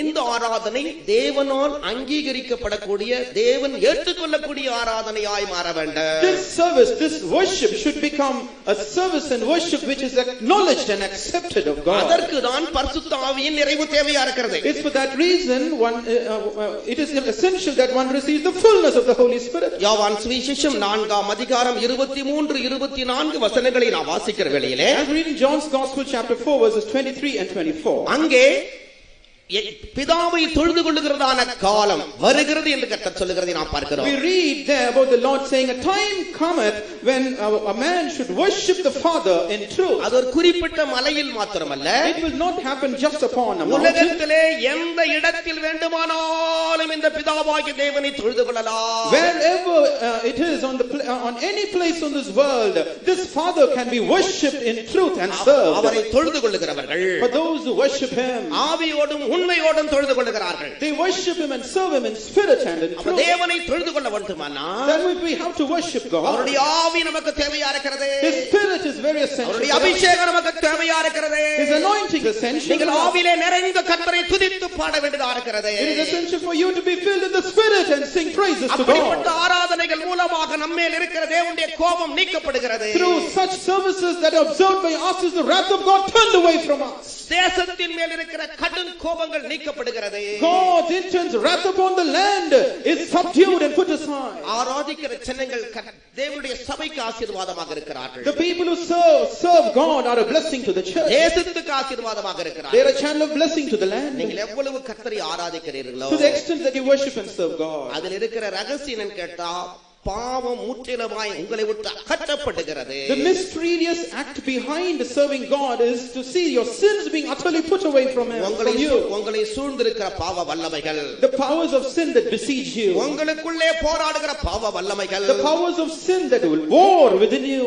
அந்த ஆராதிக்க அவைகள் எல்லாம் அழிந்து போகிறது. As you continue to intensify your service, those powers will be annulled. அதனால் தான் கர்த்தர் நடத்தி ஆசீர்வதிக்கிறார். That is why the Lord blesses the people. அப்ப உன்னுடைய அழகு திர்சாவின் அழகு போல இருக்க வேண்டும். Your beauty, your comeliness should be as the beauty of Tirzah. நீ மனப்பூர்வமாய் கர்த்தருக்காக அவரை பிரியப்படுத்தும்படியாக உன்னையே பள்ளியாக்கி கர்த்தரை ஆராதிக்கக்கூடிய அழகுள்ள ஒரு மனுஷனாய் மாற வேண்டும். You should become a beautiful man who offers yourself willingly, cheerfully, and surrender yourself in the service of God. ஏனென்றால் நீ இந்த அக்கிரமத்திலும் பாவத்திலும் மரித்து இயேசுவுடைய அந்த விலையேறிய இரத்தத்தினால பாவ மன்னிப்பை பெற்று உயிரோடு எழும்பி உயிர்ப்பிக்கப்பட்டு அழகான நகரத்துக்குள்ளே போக நீ ஆயத்தமாகிறாய். Because you are being prepared after you have once died in sin and iniquity, you have been revived and rejuvenated by the blood of the Lord Jesus Christ, given salvation and is made worthy to enter into that beautiful city which is heaven. மூன்றாவதாக ஒரு அழகை பற்றி நாம் படிக்கிறோம். We read about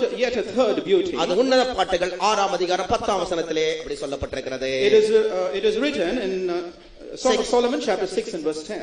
சந்திரனை போல் அழகும் சூரியனை போல் பிரகாசமும் கொடிகள் பறக்கும் படையை போல் கெடியும் உள்ளவளாய் அருணோதயம் போல் உதிக்கிற இவள் யார்? Who is she that looketh forth as the morning, fair as the moon, clear as the sun, and terrible as an army with banners? சந்திரனின் அழகு என்ன? What is the fairness or the beauty of the moon? அதற்குள்ள தனக்கென்று எந்த விதமான பிரகாசமும் இல்லை. It does not have light to emanate or produce by itself. ஒரு வெறுமையான அனுபவத்தில் இருக்கிறது. It is in an empty state. எவ்வளவாக சூரியனுக்கு தன்னை ஒப்புக் கொடுக்கிறதோ, To the extent that it surrenders itself to the sun, அந்த சூரியனுக்கு நேர்கோட்டில் கீழ் வருகிறதோ, when it comes perfectly in line with the sun, அவ்வளவாக நல்ல பௌர்ணமியாக பூர்ண சந்திரன் பிரகாசிக்கிறதை நாம் பார்க்கிறோம். we read the moon then shining as a full moon and glowing. பரிசுத்தாவின் அபிஷேகத்தை பெற்ற தேவஜனங்கள், The spirit anointed children of God, அவர்கள் முற்றிலுமாக கர்த்தருக்கு தங்களை ஒப்புக் கொடுக்கக்கூடியவர்களாக இருக்க வேண்டும். they should be a people who totally yield themselves to God. அதன் அர்த்தம் என்ன? What does that speak of? சுயமற்றவர்களாய் மாற வேண்டும். They should become a people who are selfless. அபிஷேகத்தை பெற்ற பிறகு சுயாதீனமாக அலைந்து திரியக்கூடாது. After receiving the Holy Spirit, it means that you should not wander about being independent. முதலாவது கர்த்தருக்கு தங்களை ஒப்புக் கொடுத்தார்கள். Firstly, they surrendered themselves to God. இரண்டாவது எங்களுக்கு என்று சொல்லுகிற அப்போஸ்தலருக்கு தங்களை ஒப்புக் கொடுத்தார்கள். And secondly, they surrendered themselves to us, which means the apostles, the saints of God. நீங்கள் பெற்றிருக்கிற அபிஷேகம் ஒரு ஒப்புக் கொடுத்தலுக்கு உங்களை நடத்த வேண்டும். The anointing that you have received should lead you to a surrendering ஒரு experience. சுயமற்ற வாழ்க்கைக்கு உங்களை நடத்த வேண்டும். It should lead you into a selfless life. இந்த சுயமானது ஒரு இயல்பான காரியமாக இருக்கிறது. Today, self is something of a nature. Nature. இயற்கையாவே நாம சுயாதீனமா எதையும் செய்ய ஆரம்பிச்சிருவோம். By nature, we are prompted to do things out of our own self. ஆனபடியால் சுயம் என்று சொல்வது ஒரு இயல்பான தன்மையுடையதாக இருக்கிறது. Therefore, self is a kind of a natural quality. இந்த சுயமானது எப்பொழுதுமே பூமியை பூமிக்குரியவைகளை தேடக்கூடிய நாட்டமுடையதாக இருக்கிறது. Therefore, a self is something that always seeks or searches the things that belong to the world. இந்த சுயமானது எப்பொழுதுமே மாம்சீகமான மாம்ச சம்பந்தமான காரியங்களிலே அது திருப்தி படும்படியாய் விரும்புகிறது. The self, it always seeks to satisfy itself with the carnal things of the world. ஒரு மனுஷன் பரிசுத்தாவின் அபிஷேகத்தை பெற்றுக்கொள்ளும் போது, when a man receives the anointing of the Holy Spirit, இந்த மூன்று காரியத்துக்காக அவன் மரித்து போகிறான். a man dies to these three things. அதனால தான் பரிசுத்த பவுல் சொல்கிறான், that's why Saint Paul the apostle says, இனி நான் அல்ல, henceforth it's not I, நான் மரித்தேன், I have died, இனி நான் அல்ல, yet it's not I, கிறிஸ்துவே என்னில் படைத்திருக்கிறார், and it's Christ who liveth in me. என்னில் அன்பு கூர்ந்து எனக்காக தம்மையே ஒப்புக்கொடுத்த தேவகுமாரனை பற்றும் விசுவாசத்தினாலே நான் படைத்திருக்கிறேன். And the life that I now live, I live by the faith of the Son of God who loved me and gave his own life for me. அது அர்த்தம் என்ன? What does that mean? நான் சுயாதீனமாய் நடக்கும்படியாக கர்த்தருடைய அபிஷேகத்தை நான் பெறவில்லை. I have not received the anointing of the Holy Spirit to walk of my own self. என்னை தேவன் அபிஷேகித்ததற்கு ஒரு நோக்கம் உண்டு என்று நான் அறிந்திருக்கிறேன். I know that there is an intention in God's mind for he having given me the Holy Spirit. அந்த சந்திரனை போன்ற ஒரு அழகை ஒரு பிரகாசத்தை நான் பெற்றுக்கொள்ளும்படியாக ஒப்புக்கொடுக்கிற வாழ்க்கையை நான் அறிந்திருக்கிறேன். I know of a life of total surrender as that of the moon which receives light from the sun to glow. நான் பிரவேசிக்க வேண்டியதான் அழகான ஊருக்குள், அழகான பட்டணத்துக்குள் பிரவேசிப்பதற்காக இப்பொழுதே அந்த சந்திரனை போன்றதான ஒரு அழகான ஜீவியத்தை நான் பெற்றுக்கொள்ள விரும்புகிறேன். I wish or a desire to attain to a beautiful life as that of the moon right now here, that I might be worthy to enter into that beautiful city. ஆனபடியினாலே சுய வழிகளிலே நடப்பது மட்டுமல்ல, therefore not just walking in our selfish ways, மாம்ச சம்பந்தமான காரியங்களுக்காக பரிசுத்த ஆவியானவர் நம்மை முற்றிலுமாய் மரிக்க செய்கிறார். the Holy Spirit helps us to die to the ways that are carnal and fleshly. அதனால்தான் பவுல் மிக தெளிவாய் சொல்லுகிறார், கிறிஸ்துவின் அன்பு எங்களை நெருக்கி ஏவுகிறது, ஏனென்றால் எல்லாருக்காக ஒருவரே மரித்திருக்க எல்லாரும் மரித்தார்கள் என்று சொல்லுகிறார். That is why Saint Paul says the love of Christ, it constrains us, and that because he having died for one as one, he has died for everyone in general. அந்த அபிஷேகத்தில் இருக்கிறதான உன்னதமான அன்பானது நம்மை இப்படிப்பட்டதான சுயாதீனத்துக்கு நம்மை மரித்தவர்களாய் மாற்றுகிறது. That love of God, it helps us to die and kill ourselves to this selfish experience. சுயாதீனத்துக்கு மட்டுமல்ல, not just to this independence, மாம்ச சம்பந்தமான எல்லாவற்றுக்கும் நான் மரித்தேன் என்று சொல்லும்படியான நமக்கு பலத்தையும் கிருபையையும் அது கொண்டு வருகிறது. it also brings to you power and grace to confess that you have died to all carnal affiliations and ties. ரோமர் 8:5-6 ரோமர் 8:5-6 வசனங்களை நாம் வாசிக்கிற வேளையிலே, as read in Romans chapter 8 verses 5 and 6, அன்றியும் மாம்சத்தின்படி நடக்கிறவர்கள் மாம்சத்துக்குரியவைகளை சிந்திக்கிறார்கள், ஆவியின்படி நடக்கிறவர்கள் ஆவிக்குரியவைகளை சிந்திக்கிறார்கள். மாம்ச சிந்தை மரணம், ஆவியின் சிந்தையோ ஜீவனும் சமாதானமுமா. For they that are after the flesh do mind the things of the flesh, but they that are after the spirit, the things of the spirit. For to be carnally minded is death, but to be spiritually minded is life and peace. அபிஷேகத்தை பெற்றுக்கொள்கிற ஒரு தேவனுடைய பிள்ளை, a child of God who receives the unction of the Holy Spirit, ஒவ்வொரு நாளும் இந்த மாம்சீக சிந்தையை அழிக்கும்படியான திராணியை கர்த்தரிடத்திலிருந்து பெற்றுக்கொள்கிறார். he receives the capacity, the capability to annul this carnal mindedness from God. நீங்கள் ஆவியிலே நிறைய உங்களுக்குள் என்ன சம்பவிக்கிறது என்று உங்களுக்கு தெரியாது, கர்த்தர் தம்முடைய வேலையை உங்களுக்குள் செய்வார். as you continue to be filled in the Holy Spirit, you will not know what transpires within you. God by himself will do his work in you. ஆவியின் சிந்தை உள்ள மனுஷராக மாற்றப்படுகிறீர்கள். you are transformed in order to become a spiritually minded people. ஆவியின் சிந்தை உங்களுக்குள் வரும் பொழுது, when you receive the spiritual mind, மாம்ச சிந்தை போய் விடுகிறது. a carnal mind is shown the door. சமாதானத்தை கெடுக்கிற சிந்தை நம்மை விட்டு போய் விடுகிறது. that mind that ruins peace, it departs from us. ஆவியின் சிந்தையோ ஜீவனும் சமாதானமுமா. for to be spiritually minded is life and peace. ஆனபடினால மாம்சீகமான தன்மைகளை பரிசுத்த ஆவியானவர் நம்மை விட்டு நீக்குகிறார். therefore the Holy Spirit puts an end to a carnal minded nature. நீங்கள் 1 கொரிந்தியர் 12ஆம் அதிகாரத்துக்கு வருகிற வேளையிலே, when you read in 1 Corinthians chapter 12, அங்கே ஒரே சரீரத்தை குறித்து சொல்லுகிறதை நாம் பார்க்கிறோம். we read there about one body. வாசிங்க. 13ஆம் வசனம். நாம் யூதராயினும் கிரேக்கராயினும் அடிமைகளாயினும் சுயாதீனராயினும் எல்லாரும் ஒரே ஆவியினாலே ஒரே சரீரத்திற்குள்ளாக ஞானஸ்நானம் பண்ணப்பட்டு எல்லாரும் ஒரே ஆவிக்குள்ளாகவே தாகம் தீர்க்கப்பட்டோம். For by one spirit we are baptized into one body, whether we Jews or Gentiles, whether we be bond அங்கே சொல்லப்பட்டிருக்கிறதான சாதி வித்தியாசத்தையும் மற்ற இன வித்தியாசத்தையும் தேச வித்தியாசத்தையும் நாம் பார்க்கிறோம். Here we read as to how there are differences that are put an end to concerning castes or clans or nationalities. விழுந்து போனதான மனுஷனுக்குள்ளே பாவ மனுஷனுக்குள்ளே காணப்படுகிறதான பிரிவினையின் வல்லமைகளை நாம் இங்கே பார்க்கிறோம். We read about the divisive powers that are seen in the fallen sinful man. அவைகளை அழித்து அகற்றி மனுஷனை அன்பினால் நிறைத்து ஒன்றாக்கக்கூடிய வல்லமை தான் பரிசுத்த ஆவியின் வல்லமை. The power of the Holy Spirit is to annul these negative powers and to forge man as one body, one unit of one entity. பிதாவே, நாம் ஒன்றாயிருக்கிறது போல இவர்களும் ஒன்றாயிருக்கும்படி உலக தோற்றத்துக்கு முன்னமே நீர் எனக்கு தந்த மகிமையை நான் இவர்களுக்கு கொடுத்தேன்.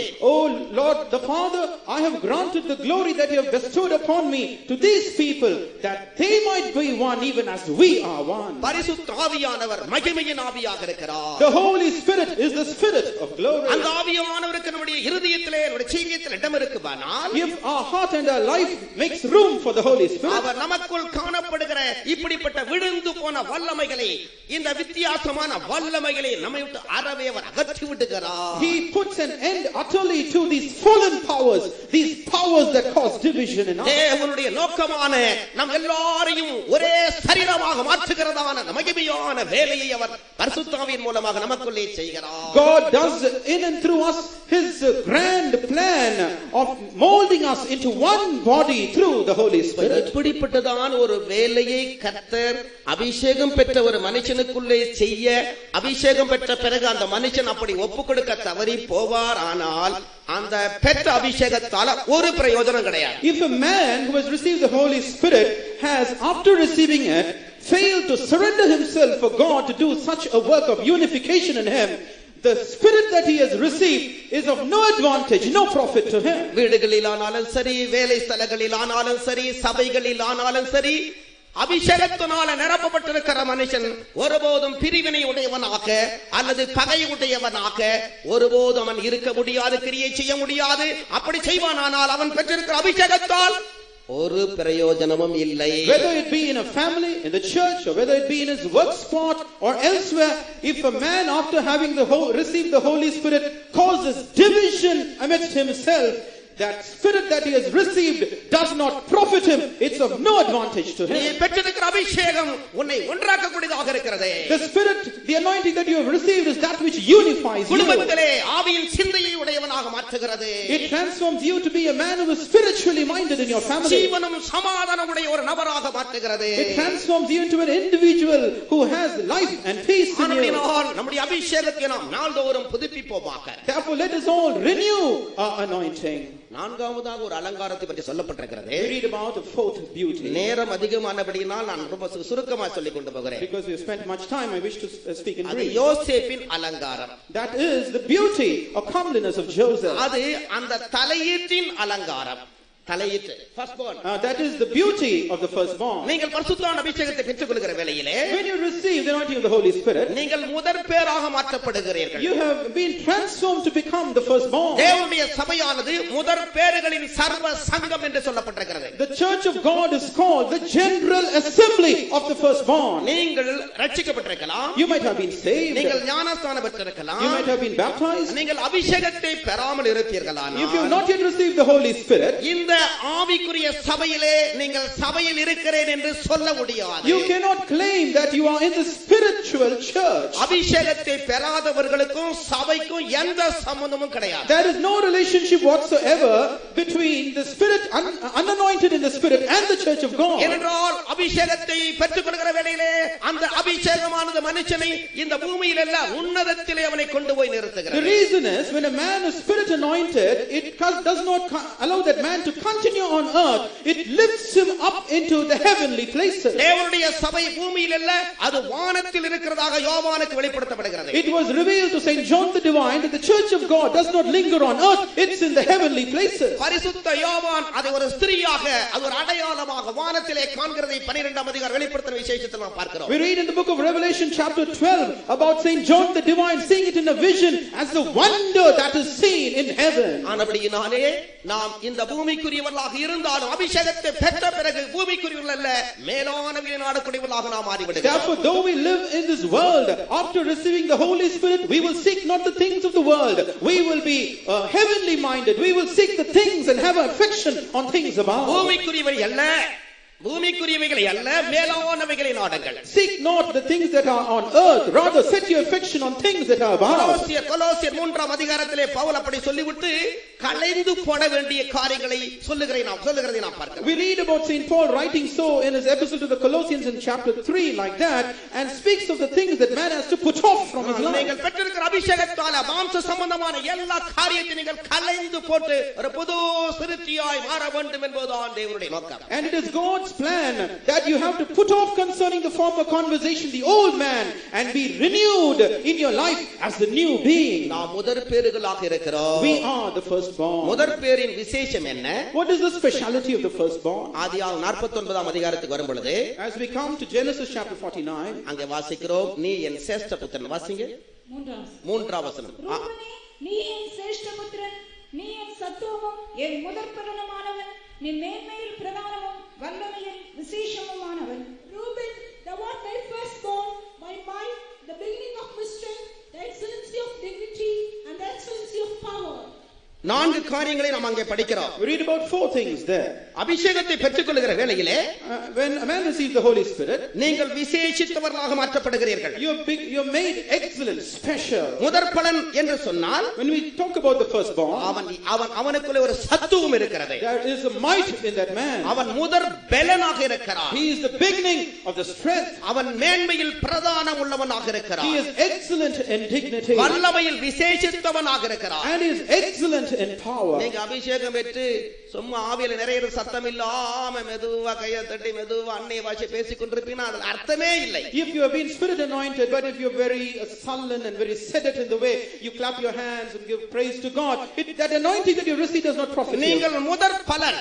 you are the firstborn. கர்த்தர் ஏன் நம்மை முதற் பலனாய் மாற்றியிருக்கிறார்? why has God made us the firstborn? அவர் இந்த முதற் பலன்களை சேர்த்துக் கொள்ளும்படியாக தான் வருகிறார். God will appear, Jesus will appear to gather the firstborn. சத்துவம் உள்ளவர்களை சேர்த்துக் கொள்ளும்படியாக வருகிறார். he will come to gather the mighty ones. பலம் உள்ளவர்களை சேர்த்துக் கொள்ளும்படியாக வருகிறார். he will come to gather the ones who are excellent in power. அந்த வல்லமை உள்ளவர்களை மேன்மையான பலத்தை உடையவர்களை சேர்த்துக் கொள்ளும்படியாக he will come to gather unto himself the excellent ones in dignity. அதனால் இந்த கன்வென்ஷன் நாட்களே உங்களுடைய அபிஷேகத்தை நீங்கள் புதுப்பித்துக் கொள்ள வேண்டும். therefore in these days of the convention you have to renew your anointing. அந்த முதற் பலனாக மாறுவது கர்த்தருடைய பார்வையில் அலங்காரமாக இருக்கிறது. it is a beauty in the sight of God, you becoming the firstborn. நீங்கள் சத்துவத்தாலும் பலத்தினாலும் நிரப்பப்படுவது கர்த்தருடைய பார்வையிலே அலங்காரமாக இருக்கிறது. it is beauty in the sight of God's eyes, you being filled with power and might. எதற்காக இந்த அழகு தேவையா இருக்கிறது? for what reason is this beauty essential for you? மனுஷன் செத்து போய் எதை இழந்து போனானோ அந்த அழகான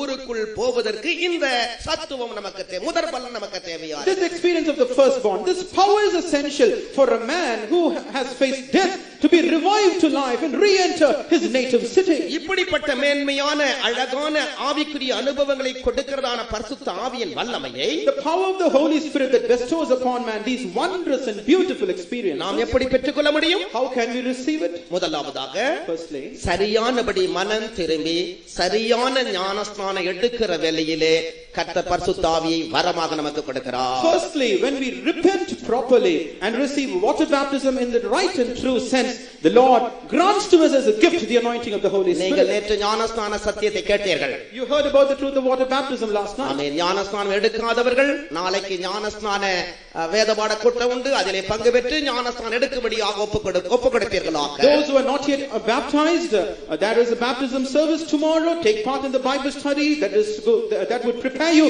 for taking baptism. take part in it and receive baptism. ஒருவேளை நீங்கள் தவறான ஞானஸ்நானம் எடுத்துவிட்டு நானும் ஞானஸ்நானம் எடுத்துவிட்டேன் என்ற திருப்தியிலே இருக்கலாம்.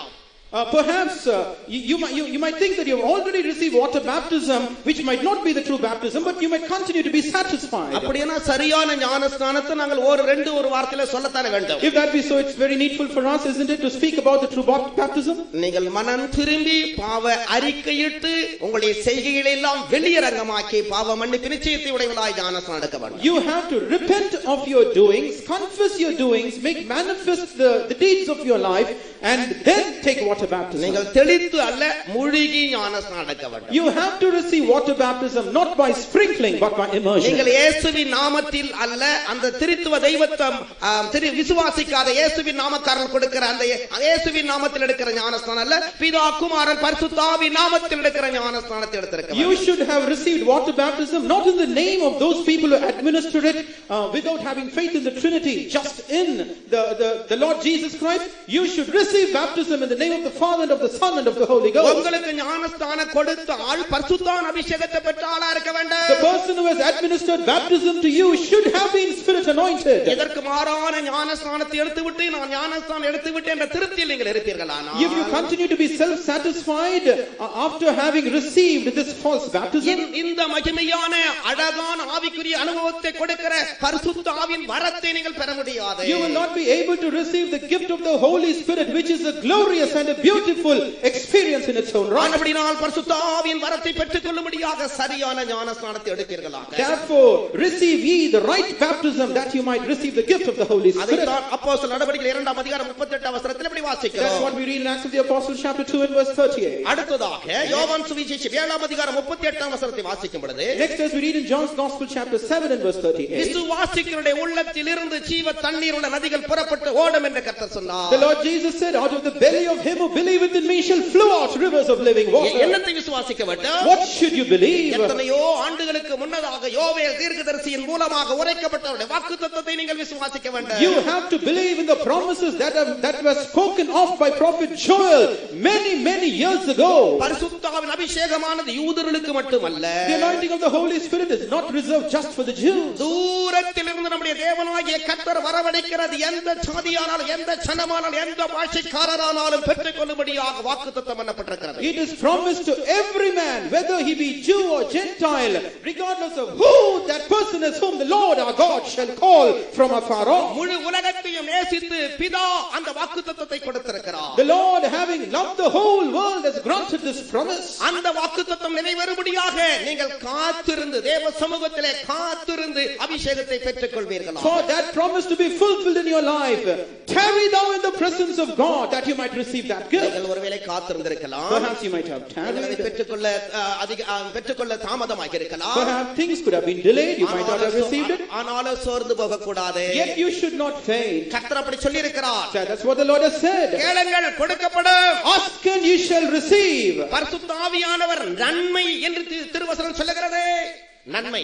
The word of God, the Holy Spirit is that good thing that the word of God says. இந்த நன்மையை பரமபிதாவினிடத்திலே கேட்டால் நான் உனக்கு தர மாட்டேன் என்றவர் ஒருபோதும் சொல்லவே மாட்டார். If we ask this good thing of our heavenly Father, he will never say no, I will not grant it to you. அவர் நன்மைகளின் உறைவிடமாக இருக்கிறார். He is the spring, the source of நன்மையான எந்த ஈவும் அந்த பரமபிதாவினிடத்திலிருந்து இறங்கி வருகிறது. Every good gift and perfect gift comes down from heaven above, from the Father of lights. அவரிடத்திலே கேளுங்கள். Therefore ask of the Lord. நிச்சயமாய் அதை அவர்களுக்கு கொடுப்பார். Truly he will grant it to them. அப்போஸ்தலர் சொன்னார்கள், கீழ்ப்படிகிறவர்களுக்கு பரிசுத்த ஆவியின் அபிஷேகம் கொடுக்கப்படுகிறது. The apostles said, the Holy Spirit which is granted to them that obey. நீங்கள் அபிஷேகத்தை பெறாமல் இருப்பீர்களானால், if you have not yet received the Holy Spirit, இன்னும் எங்கே நீங்கள் கீழ்ப்படியாதவர்களாக இருக்கிறீர்கள் என்று கண்டுபிடித்து அந்த கீழ்ப்படியாமை நீங்கள் விட்டு விடுவீர்களாக. if you try to discern areas of your life that still exhibit disobedience, and quit from your disobedience, அப்பொழுது கர்த்தர் உங்களை அபிஷேகம் பண்ணுவார். and then will the Lord anoint you. இதுபோல் ஒரு நாள்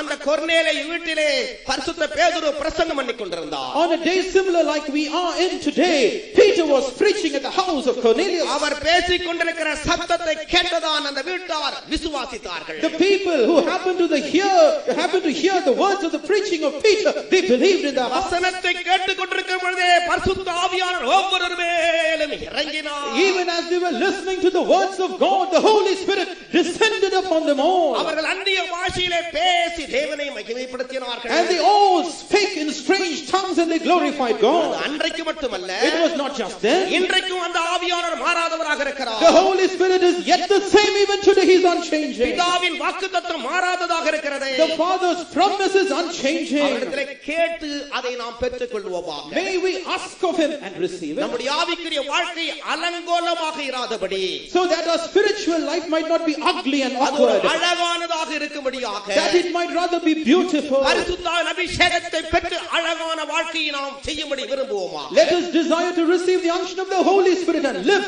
a beautiful life. அடுத்ததாக இந்த வாசல் அருகே நடந்ததான காரியங்களை குறித்து ஒவ்வொன்றாக நாம் தியானிக்கிறோம். Next, we are going to consider about the various incidents that happened by the gate of that நான் city. இன்னும் சில நிமிடத்துக்குள்ளே முடித்து விடுவேன். I will close in a few minutes. அங்கே நாம் பார்க்கிறோம், அந்த தாய்க்கு அவன் ஒரே மகனாக இருந்தான். We read that he was the only son of that mother. அந்த தாய்க்கு அவன் ஒரே மகனாக He இருந்தான். was the only son of that mother. அந்த ஒரு மகன் தான் மரித்து போனார். And that one son, the lone son, he passed away. அந்த ஒன்று மரித்து போகுமானால் அது எவ்வளவு வேதனை உண்டாக்கும் என்பதை நாம் சிந்தித்து பார்க்க If வேண்டும். that one cherished son would have passed away, just imagine how much of agony and pain it would have induced in that mother. எத்தனையோ பேர் அழுகிறார்கள் அந்த படையோடு சேர்ந்து, எத்தனையோ பேர் அழுது கொண்டு வருகிறார்கள். There are many followers after the bier who are lamenting and wailing the departure of that boy. ஆனால் அவர்களுடைய அழுகை இந்த தாயின் அழுகையோடு ஒப்பிட்டு பார்த்தால் அது ஒப்பிடப்பட முடியாத ஒரு அழுகையாக இருந்தது. But even if you try to compare the collective crying and wailing of all the followers, it might not still match up to the intensity of the wailing of that mother. ஏனென்றால் அவள் ஒன்றை இழந்து விட்டாள். Because she has lost that one and only thing that was with her. வேதம் சொல்லுகிறது, ஒன்றை நான் கர்த்தரிடத்திலே கேட்டேன். The word of God says, one thing have I desired, O தாவீது Lord. சொல்லுகிறான், ஒன்றை நான் கர்த்தரிடத்திலே கேட்டேன். David sings, one thing have I desired, O Lord, அதையே நான் பெற்றுக்கொள்வேன். and that will I seek after. அந்த ஒன்று என்ன? What is that one thing? நான் கர்த்தருடைய மகிமையை பார்க்க வேண்டும். That I should behold the glory, the beauty of the Lord. அதுதான் தாவீதுக்குள் இருந்ததான நம்பிக்கை. That was the hope that was in David. நான் மனிதனாய் பிறந்த பிறகு எனக்கு இந்த உலகத்திலே கர்த்தர் எவ்வளவு ஆஸ்தி ஐஸ்வரியங்களை கொடுத்தாலும் அதிலே என்னுடைய ஆத்துமா திருப்தி ஆகாது. Though I am a young man, regardless of how much riches and material possessions that the Lord might bestow upon me, my soul will not take satisfaction in it. நான் கர்த்தருடைய மகிமையை பார்க்க வேண்டும். Rather, I should behold the beauty of the Lord. பாவம் செய்கிற பொழுது அந்த நம்பிக்கை செத்து போகும். But when you commit sin, that hope will be cut off in அந்த you. ஒரே மகன் செத்து போனது போல நம்பிக்கை செத்து போகும். Just like that one son died, that hope will be cut off. இரண்டாவதாக, Secondly, நம்முடைய ஆண்டவராகிய இயேசு கிறிஸ்து மார்த்தாளை பார்த்து சொன்னார், the Lord Jesus Christ spoke to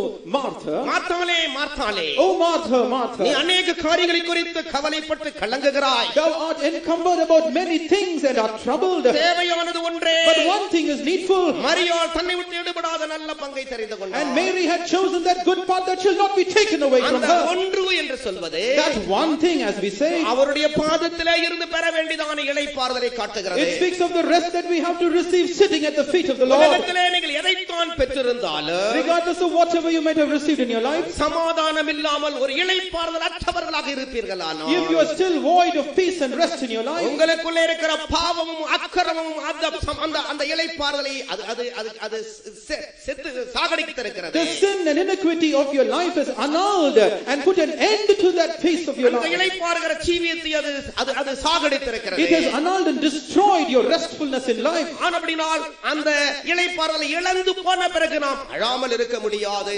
Therefore, after having lost that rest, we cannot abstain or refrain from weeping. தன்னுடைய ஒரே மகனை இழந்து போனதான தாய் எப்படி கதறி அழுதாலோ அதுபோல நாம் நம்முடைய நம்பிக்கையை புதுப்பிக்கும்படியாகவும் நம்முடைய இளைப்பாறுதலை புதுப்பிக்கும்படியாகவும் அழ வேண்டியவர்களாக இருக்கிறோம். Just like how that bereaved woman lamented and wailed for the departure of our son, we have to wail and weep and lament before God to have our rest and peace restored to us. மூன்றாவதாக பவுல் பிலிப்பியருக்கு சொல்லும் பொழுது, Thirdly, as Saint Paul writes to the Philippians, நான் ஒன்று செய்கிறேன், one thing will I do, பின்னானவைகளை மறந்து விட்டேன், forgetting the things that are behind, முன்னானவைகளை நாடுகிறேன். and reaching forth unto the things that are தேவன் before.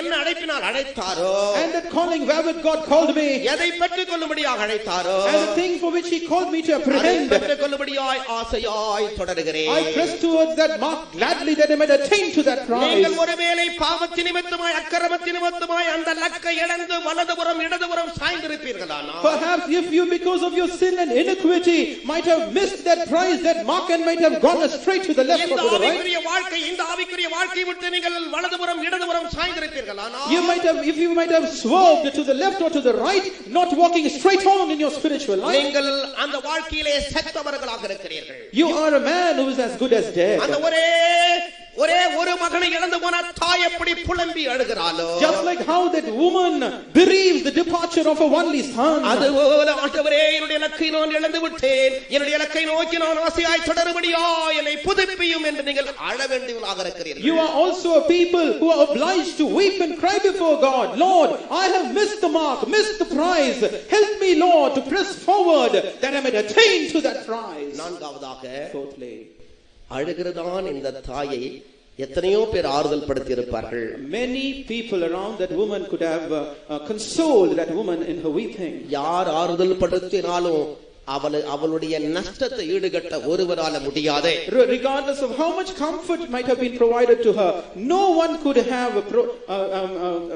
put an end to that great loss that she suffered. அவளுடைய இழப்பு அவ்வளவு பெரிதாக இருக்கிறது. So great was the loss that she அவளுடைய suffered. துக்கம் அவ்வளவு பெரிதாக இருக்கிறது. So grievous was her grief. அவளுடைய இருதயத்தின் காயம் அவ்வளவு பெரிதாக இருக்கிறது. So great was the agony, the wound of her heart. ஒருவேளை நீங்கள் அந்த நிலைமையிலே இங்கு வந்திருக்கலாம். Perhaps you might have come here in that state. உங்களுடைய நஷ்டத்தை இனி எப்படி ஈடு கட்ட முடியும் என்ற ஏக்கத்தோடு நீங்கள் வந்திருக்கலாம். You might have come here not knowing how to put an end to the loss that you have suffered. இவ்வளவு பெரிதான இருதயத்தின் காயத்தை யார் ஆற்ற முடியும் என்ற கேள்வியோடு நீங்கள் வந்திருக்கலாம். You might have come here with a question in you, who can wipe away and clean up that scar, that wound of your heart? என்னுடைய வேதனையை நீக்க யாரால முடியும் என்ற கேள்வியோடு நீங்கள் வந்திருக்கலாம். You might have come here with a question, who can put an end to the pain and agony of your heart? வெளியே உங்களை பார்த்தால் ஒருவர் உங்களுடைய துக்கத்தை விளங்கிக் கொள்ள முடியாது. Outwardly, if one can see you, no one will be able to understand your pain. ஆவிக்குரிய வாழ்க்கையிலே உங்களுக்கு வந்ததான நஷ்டங்கள், This is the losses of your spiritual life சரீர பிரகாரமாக உங்களுக்கு வந்ததான நஷ்டங்கள், and the losses of your physical life பொருளாதார பிரகாரமாக உங்களுக்கு வந்ததான நஷ்டங்கள், and the losses you suffered in your material அதை life. எண்ணி எண்ணி நீங்கள் மிகுந்த துக்கத்தில் ஆழ்ந்த துக்கத்தில் அமர்ந்திருப்பீர்களானால், If you would repeatedly take thought of the losses of your life and if you are immersed in sorrow, இதோ செத்தவரை உயிர்ப்பித்ததான இயேசு கிறிஸ்து, lo, the Lord Jesus Christ to raise up the dead to life. தாயின் கண்ணீரை கண்டு அழாதே என்று சொன்னதான இயேசு கிறிஸ்து, The Lord Jesus Christ who beheld the tears of that woman and said, weep not. உன்னை பார்த்து சொல்லுகிறார், He says to you, அழாதே, weep not. அழாதே, Weep not. நீ அழுதது போதும், இனி அழாதே, It would suffice you having wept hitherto. அழாதே, Henceforth weep not. நீ அழுதது போதும், இனி அழாதே. It sufficeth you having wept hitherto. Weep not. இயேசு ஜீவிக்கிறார், The Lord Jesus lives. இயேசு ஜீவிக்கிறார், Jesus lives. அவர் கண்ணீரை காண்கிறார், He sees your tears. இருதயத்தின் அலறுதலை அவர் கேட்கிறார், He hears the wailing of your heart. அவர் ஒருவரே கண்ணீரை துடைக்கக்கூடிய தெய்வம். He is the Lord God, the only God who can wipe away your tears. இன்றைக்கு உன்னுடைய இருதயத்தினை திறப்பாயாக. May thou open your heart this இன்றைக்கு நீ moment. உன்னுடைய வாயை நீ திறந்து கர்த்தரை நீ மகிமைப்படுத்துவாயாக. Open thou your heart this hour and glorify the Lord நான் உம்மை God. விசுவாசிக்கிறேன் ஆண்டவரே. Oh Lord, I believe in you. இழந்து போனதை நீர் எனக்கு திரும்ப தர முடியும் ஆண்டவரே. Lord, you can restore to me the things that I have என்னுடைய lost. காயத்தை நீர் ஆற்ற முடியும் ஆண்டவரே. Lord, you can assuage my wound. பாழாய் போன என்னுடைய வாழ்க்கையை நீர் புதுப்பிக்க முடியும் ஆண்டவரே. Lord, you can renew my ruined life.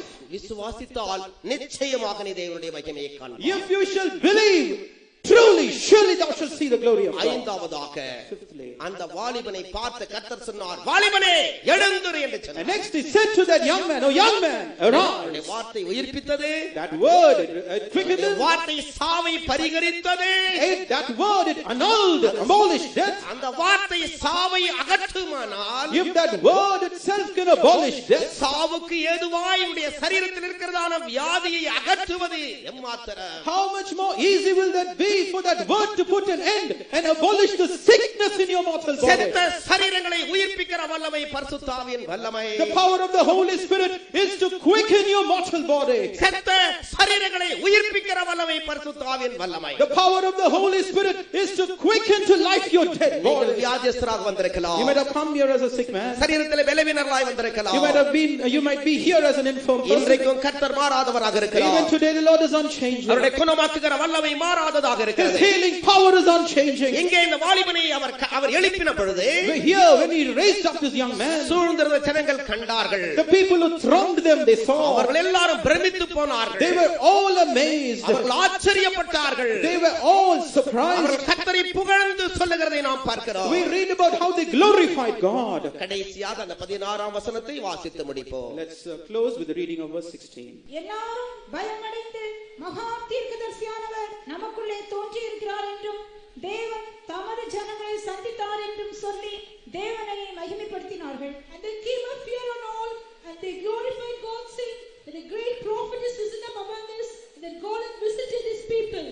தேவன் தம்முடைய ஜனங்களை சந்தித்தார். The Lord has visited his people. தேவன் தம்முடைய ஜனங்களை விசிட் பண்ணுகிறார், சந்தித்தார். The Lord visits his people. இந்த கன்வென்ஷன் நேரத்திலே நம்முடைய கர்த்தர் கர்த்தாதி கர்த்தராக, ராஜாதி ராஜாவாக, தேவாதி தேவனாக தம்முடைய ஜனங்களை விசிட் பண்ணுகிறார். Even during these hours of the convention, our Lord, as the Lord of lords, God of gods, and King of kings, does pay a visit to his people. ஒரு காலத்திலே இஸ்ரவேல் ஜனங்கள் எகிப்து தேசத்திலே அடிமைகளாக இருந்த கூக்குரலிட்டுக் கொண்டிருந்தார்கள். In times past, the people of Israel were in the bondage of Egypt, and they were raising up their cry towards God. அவருடைய நுகம், அவருடைய பாரம் அவர்களால் தாங்க முடியாததாக இருந்தது. They were not able to endure their burden and the yoke that was upon them. அன்றைக்கு அந்த கூக்குரலை கர்த்தர் கேட்டார். On that day, the Lord hearkened to their our cry, இறங்கி வந்தார். and he descended for நம்முடைய them. ஜனங்கள், என்னுடைய ஜனங்களின் கூக்குரலை நான் கேட்டேன் என்று சொன்னார். And he said, I have heard the cry of my people. நான் அவர்களை விடுவிக்கும்படியாக இறங்கி வந்தேன் என்று சொன்னார். And he said, I have descended in order to set them free. யாத்திராகமம் 4:31 அப்படி சொல்லுகிறது. And that's what we read in Exodus 4:31. அந்த கர்த்தர் இந்த மாலையிலே நம்மத்திலே இறங்கி வந்திருக்கிறார். That very same God has descended in our midst this evening hour, நம்முடைய அடிமைத்தனத்தின் நுகத்தை முறித்து போடும்படியாக, in order to shatter the yoke of our bondage. ஒருவேளை நீங்கள் விட முடியாத கெட்ட பழக்க வழக்கங்களுக்கு அடிமையா இருக்கலாம். Perhaps you might be under the spell of an evil habit from which you cannot extricate குடி yourself. பழக்கத்துக்கு அடிமையா இருக்கலாம். You might be an alcoholic. புகை பிடிக்கிற பழக்கத்துக்கு நீங்கள் அடிமையாக You might இருக்கலாம். perhaps be habitual smoker. கெட்ட காரியங்களை டிவியிலே மூவியிலே பார்க்க நீங்கள் அடிமைப்பட்டிருக்கலாம். You might be a habitual cinema goer or a TV watcher. உங்களால் எந்த காரியத்தை விட முடியாதபடி அடிமைகளாக இருக்கிறீர்களோ, Or that thing in which you're not able to find deliverance. அன்றைக்கு தம்முடைய ஜனங்களின் கூக்குரலை கேட்ட அடிமைத்தனத்தின் நுகத்தை முறிக்கும்படி இறங்கி வந்த தேவன், That Lord God who heard the cry of his people and descended in order to shatter the yoke of the bondage that was upon them. இன்றைக்கும் இந்த கன்வென்ஷனிலே கூடி வந்திருக்கிற அவருடைய கூக்குரலை கேட்டு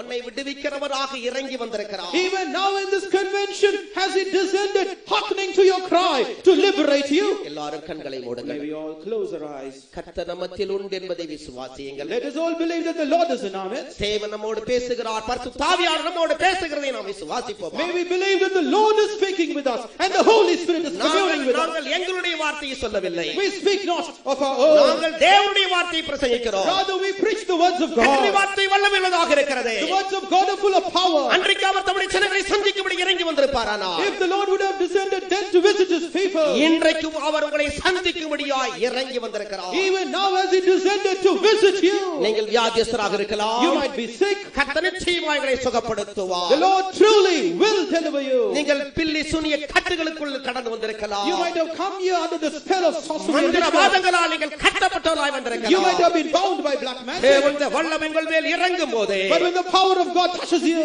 சிம்சோன் மேல் தேவனுடைய வல்லமை இறங்கின வேளையிலே, when the power of God descended upon அவருடைய Samson, கட்டுகள் எல்லாம் அந்த ஒரு நெருப்புப்பட்ட நூல் போல இட்டு போயிற்று. all his bands were shattered even as fire would touch a cord. தேவனுடைய வல்லமை உங்கள் மேல் இறங்குகிற வேளையிலே, At the time when the power of God descends upon உங்களுடைய you, கட்டுகளில் நீங்கள் விடுவிக்கப்படுவீர்கள். you will be delivered from your உங்களுடைய bands. நுகம் முறிக்கப்பட்டு போக, Your yoke will be shattered. அபிஷேகத்தால் நுகம் முறிந்து போக, The yoke will be shattered because of the anointing. அபிஷேகத்தால் நுகம் முறிந்து போக, The yoke will be broken because of the anointing. கர்த்தர் இந்த மாலையிலே அந்த அபிஷேகத்தை ஊற்று தண்ணீரை போல புறப்பட The பண்ணுகிறார். Lord will cause to flow this morning that anointing as a fountain of water. விசுவாசிப்பீர்களாக. Believe it. விசுவாசிக்குள்ள இருதயத்திலிருந்து ஜீவ தண்ணீர் ஊற்றுகள் புறப்பட்டு, நதிகள் புறப்பட்டு ஓட, Out of the belly of him who believes in the Lord will flow out rivers of living water. இப்பொழுது அநேகருடைய இருதயத்திலே அந்த ஜீவ தண்ணீர் நதி புறப்பட்டு கொண்டிருக்கிறது. Even now does that living water flow out of the heart of the பரிசுத்த believing. ஆவியானவர் ஊற்று தண்ணீரை போல பொங்கி பொங்கி வடிய ஆரம்பித்து The விட்டார். Holy Spirit has started to bubble out of the fountain of life. என்னோடு ஒருமனப்பட்டு நீங்கள் பாடுவீர்களாக. Join together with me and sing. தேவனுடைய வல்லமை உங்கள் மேல் Well, இறங்கட்டும். may the power of God descend upon உங்களுடைய you. கட்டுகளை அது முற்றிலுமாய் இட்டு போக செய்யட்டும். Let it to cause to be shattered. உங்களுடைய that நுகங்களை அது bond. முறித்து போடட்டும். Let it break your yoke. அடிமைத்தனத்திலிருந்து விடுதலையாக்கட்டும். May it liberate you from bondage. கெட்ட பழக்க வழக்குகளை விட்டு நீங்கி போகட்டும். Regardless of what that habit is, let it flee from you. ஊற்று தண்ணீரே பொங்கி வா பொங்கி வா,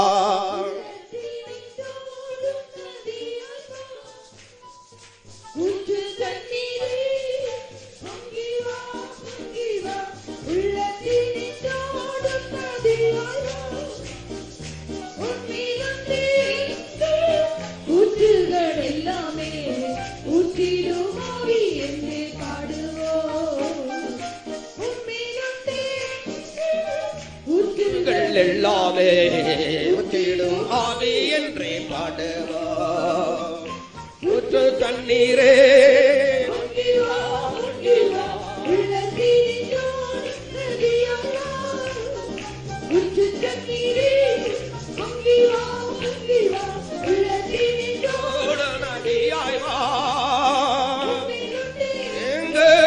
ஊற்றுகள் எல்லாமே ஆவி என்றே பாடுவா. எங்கள் ஊற்றுகள் எல்லாமே ஊற்றிடும் ஆவி என்றே பாடுவா. மங்கி வா மங்கி வா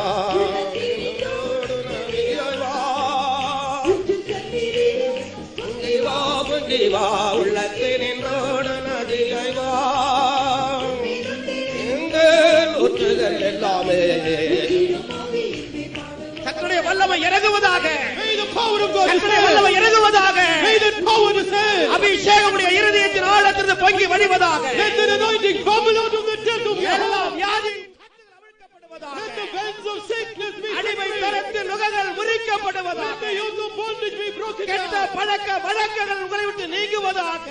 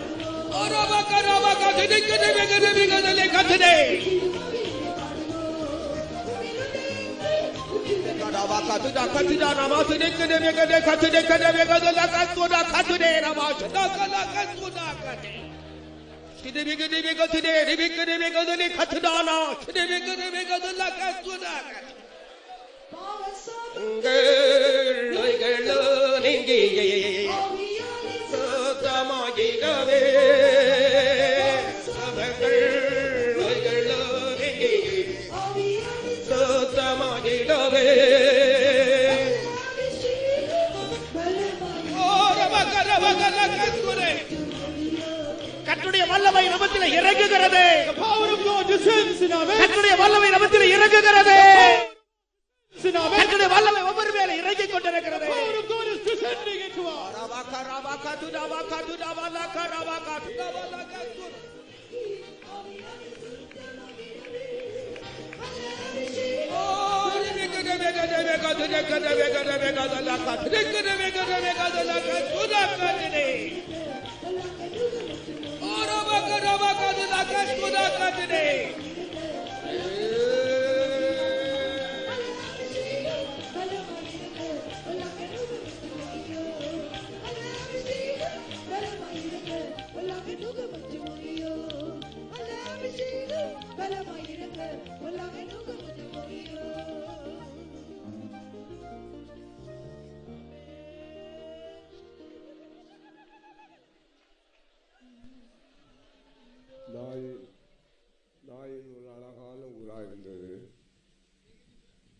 Nain was a beautiful city.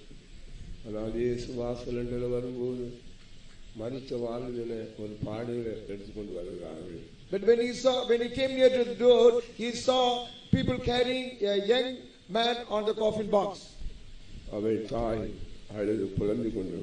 But his mother was weeping. He is the only son of his mother.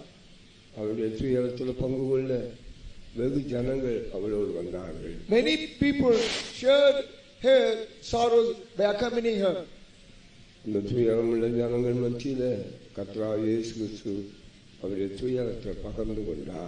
God, Jesus Christ himself also shared his sorrow with her.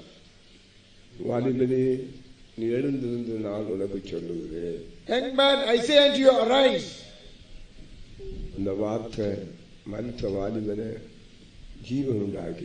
This word quickened the dead young man. Jesus who said, young woman, damsel, arise. லாசருவே வெளியே வா என்று சொன்ன தேவன், The Jesus who said, Lazarus, come forth. இந்த வாலிபனையும் எழுந்தது என்று சொல்கிறார். Oh young man, arise, he said. உன்னை பாடைக்கு வைக்கிறதுக்காக நீ சிருஷ்டிக்கப்பட்ட மனுஷன் அல்ல. You are not created to be in the coffin. நம்பிக்கை இல்லாதபடி ஒரு மரணத்துக்காக நீ சிருஷ்டிக்கப்பட்டவன் அல்ல. You are not created for death. இந்த அழகான பட்டணத்தை சுதந்திரத்துக் கொள்வதற்காக நீ சிருஷ்டிக்கப்பட்ட மனுஷன். You are created to abide in the beautiful city of God. சிருஷ்டிகர்த்தா அந்த சிருஷ்டியை எழுந்தது என்று சொல்கிறார். The creator God, he says unto you, arise. அவன் எழுந்திருந்தான். He rose up. இந்த பட்டணத்துக்குள்ள பிரவேசித்தான். He went into the city. அல்லது அந்த அழகுக்குள்ள அந்த மகிமைக்குள்ள அவன் பிரவேசித்தான். Or he entered into the beauty, or he entered into the glory. அப்படி அற்புதமான ஒரு காரியத்தை கர்த்தர் செய்தார். In this manner the Lord did a wonderful thing. அது பரிசுத்த அபிஷேகத்தினால் உண்டான காரியங்கள் நன்றாக நாம் பார்த்தோம். This is the work of the Holy Spirit we see. ஜனங்கள் என்ன சொல்லுகிறார்கள்? What did the people say? மகா பெரிய தீர்க்கதரிசி தேவனை தீர்க்கதரிசி தன்னுடைய ஜனங்களை சந்தித்தார். A great prophet has visited the people of God. சீனாயில பிரமாணம் இறங்கும்போது இஸ்ரவேலர்கள் கர்த்தரை சந்தித்தார்கள். When the people came to the Mount of Sinai, they saw great God. கர்த்தர் அவர்களை சந்தித்தார். ஜனங்களை அவரை சந்தித்தார்கள். God met them and people also met them in the Mount Sinai. ஒரு நியாய பிரமாணத்தையும் ஒரு ஆராதனையும் ஒரு ஆசரிப்பு கூடாரத்தையும் பெற்றுக்கொண்டார்கள். And they received the law, they received the tabernacle, and they received the worship also. தேவன் தன்னுடைய ஜனங்களை சந்தித்த இடம் Sinai. The place where God met his people is Mount Sinai. அவர்களுக்கு பிரமாணங்களை கொடுத்தது Sinai. The Mount Sinai is a place where God gave his commandments to them. ஆனாலும் அவர்களுடைய பிரமாணத்தின்படி ஜீவிக்க அவர்களுக்கு எந்த பலன் இல்லாமல் போயிற்று. But they didn't have the strength to live according to the law. தீர்க்கதரிசிகள் மூலமாக அவர் கிரியை செய்து கொண்டிருந்தார். But he was working through the prophets. தீர்க்கதரிசிகள் மூலமாக அவர் குற்றங்களை கண்டித்து அவரை பரிசுத்தப்படுத்தி பாதுகாத்தார். The Lord rebuked their shortcomings and failures through the prophets, and he preserved them. அவர்கள் வழிவிலகி போவார்களோ அப்பொழுது அந்த தீர்க்கதரிசி மூலமாக கர்த்தர் அவர்களுக்கு கிரியை செய்தார். Whenever they have gone astray from the path, the Lord reminded this mistake through the prophets and corrected them. ஆனால் இந்த அவருடைய மனதில் இருந்த காரியத்தை அவர்களுக்குள்ள நிறைவேற்ற முடியவில்லை. But they could not fulfill the things that is in the mind of God. இந்த அழகான பட்டணத்துக்குரிய மனுஷர்களை சிருஷ்டிக்க முடியவில்லை. And they could not come into this beautiful city. குமாரனே தீர்க்கதரிசி வருகிறார். But his own son is coming as a prophet. பங்கு பங்காக வகையாம் தீர்க்கதரிசி மூலம் திருவுளம் பெற்றது. இப்பொழுது குமாரனாகிய தீர்க்கதரிசி மூலமாக திருவுளம் பெற்றுகிறார். Before in time past he spoke through various prophets. Now through his only begotten son, his prophet, he is speaking to us. சர்வத்துக்கு அவரை சொந்தபடி ஆக்கினார். He is the head of all things.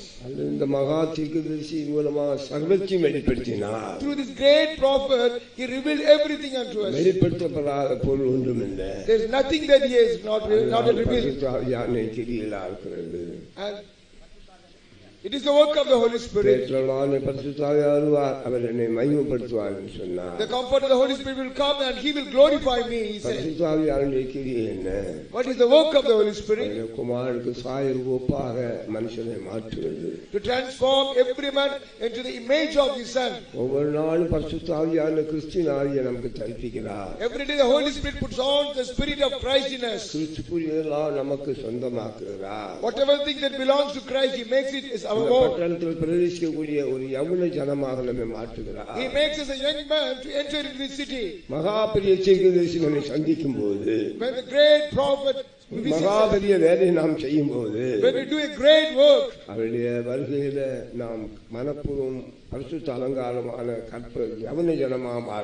at his coming we will be a willing and we will be a young persons at his coming. He will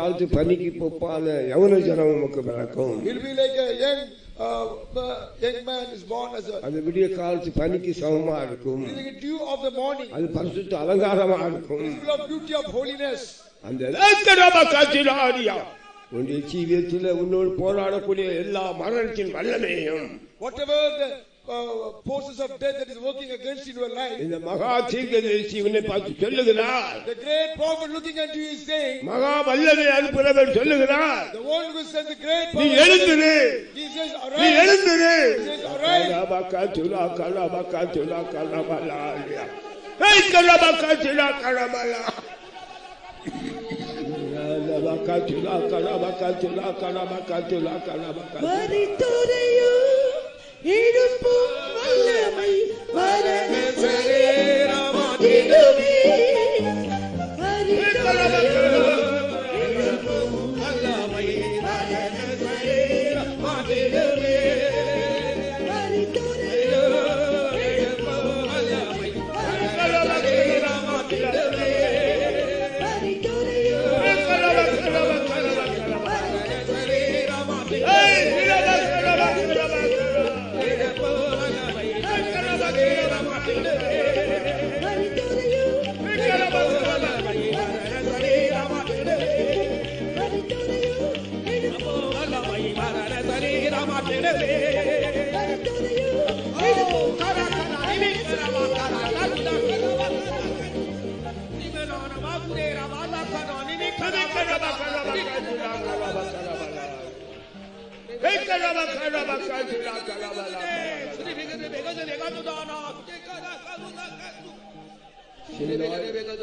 சினாயில சந்தித்த தேவன் 120 மேல் வீட்டில் இருக்கும்போது சந்தித்தார். The Lord also visited them on the day of the Pentecost upon the 120 people. அது மூலமாக மகா பெரிய தீர்க்கதரிசனங்களை அவங்களுக்கு வெளிப்படுத்தினார். And the Lord revealed great prophecy unto them. தோற்றத்துக்கு மறைந்திருந்த காரியங்கள் எல்லாம் வெளியரங்கமாக்கினார். Whatever things that are hidden before the foundation of the world. கண் காணமில்லை, காது கேட்கமில்லை. கண் காணமில்லை, காது கேட்கமில்லை. Eyes have not seen, nor the ears have மனுஷனுடைய not heard. இதயத்தில் தோன்றவும் இல்லை. It is not found in the hearts of the man. அந்த நாட்களில் இருந்த தீர்க்கதரிசிகளுக்கு இது வெளிப்படுத்தப்படவில்லை. Even these things were not revealed to the prophets of the time. இயேசு வெளிப்படுத்தினார். But Jesus revealed these things. நீ ஒரு யவன ஜனம் என்பதை வெளிப்படுத்தினார். He revealed us beyond the young நீ people. அலங்காரம் உள்ளவன் என்பதை வெளிப்படுத்தினார். He revealed the fact that we are the beautiful people. உன்னோடு போராட எல்லா மரணத்தை நீக்குகிறார். He abolishes every death that is striving against you. மனப்பூர்வமும் கற்பபமான யவன மனுஷனே எழுந்து என்று சொல்லுகிறார். He says, "And the young man arise." நீ பாடையில் படுக்க வேண்டாம். You need not stay on the coffin. எனக்குள்ள மரணம் இருக்கு என்று சொல்ல வேண்டாம். Don't say that I have death. நான் மரணத்துக்கு குறிக்கப்பட்டேன் சொல்ல வேண்டாம். Don't say that I am appointed for death. கர்த்தர் சொல்லுகிறார் எழுந்திரு.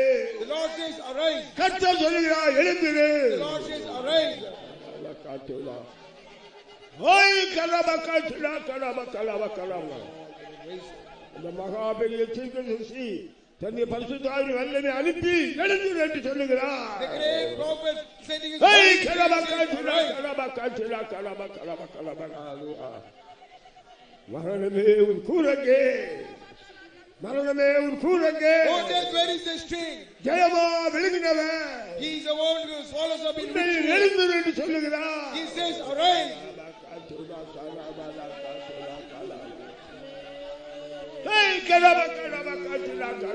மரணமுன் கூரெங்கே, பாதாளமுன் ஜெயமெங்கே. மரணமுன் கூரெங்கே, பாதாளமுன் ஜெயமெங்கே. மரணத்தை பரிகரித்தாரே, பரிசுத்தராய் உயிர்த்ததினார். மரணத்தை பரிகரித்தாரே, பரிசுத்தராய் உயிர்த்ததினார். மரணமுன் கூரெங்கே, பாதாளமுன் ஜெயமெங்கே. மரணமுன் கூரெங்கே, பாதாளமுன் ஜெயமெங்கே. மரணத்தை பரிகரித்தாரே, பரிசுத்தராய் உயிர்த்ததினார். மரணத்தை பரிகரித்தாரே, பரிசுத்தராய் உயிர்த்ததினார். மரணத்தை பரிகரித்தாரே, பரிசுத்தராய் உயிர்த்ததினார். மரணத்தை பரிகரித்தாரே, பரிசுத்தராய்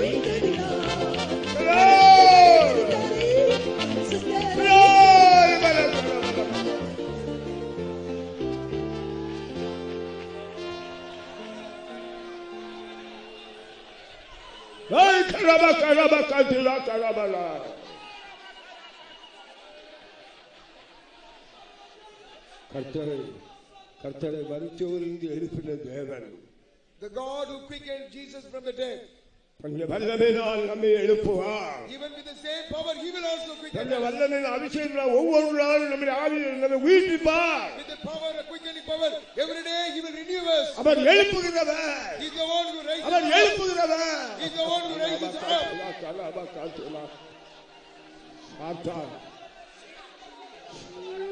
சாத்தான் என்ன சொல்லு? What will the Satan say? நீ மரித்து இந்த பாடைக்கு உரியவன். You are dead and you belong to this coffin. உனக்கு ஒரு நம்பிக்கை இல்ல. You have no hope. இன்னும் சில நேரங்களில் நீ மண்ணுக்கு மண்ணாய் போய் விடுவாய். Within few minutes you are going to become dust. நீ மண்ணானவன் மண்ணுக்கு திரும்புவாய். You are from dust and you will turn to dust. அதான் சாத்தானுடைய அதைரியமான வார்த்தை. These are the discouragement words. கர்த்தர் என்று வந்தார். கர்த்தர் என்று வந்தார். But Lord came there. கர்த்தர் என்று வந்தார். But God came nearer to that place. அவனை எழுப்பினார். But the Lord made him rise up. ஆவிக்குரிய ஜீவன் நிலவரம் என்ன? What is your spiritual state today? எப்படிப்பட்ட அதைரியம் உங்களுக்குள்ள காணப்படுகிறது? What type of discouragement is seen in எப்படி you? கர்த்தர் உங்களை பயப்படுத்துகிறார்? In what manner is it? இயேசுவை மரித்தோர் எழுந்த தேவன் God who raised Jesus from the dead. தன் ஆவியினால் நம்மை எழுப்புவார். Even by His Spirit He will quicken us. எழுப்புங்க. எழுப்பி பிரகாசிங்க. எழுப்பி பிரகாசிங்க.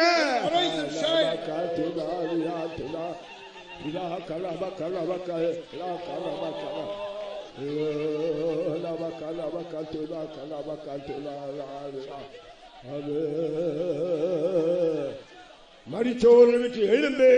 Arise out of the dead. பிரகாசி. Shine. உன் வெளிச்சத்தோட ஜாதிகள் ராஜாக்கள் வருவார்கள். Kings and the nations will come unto thy light.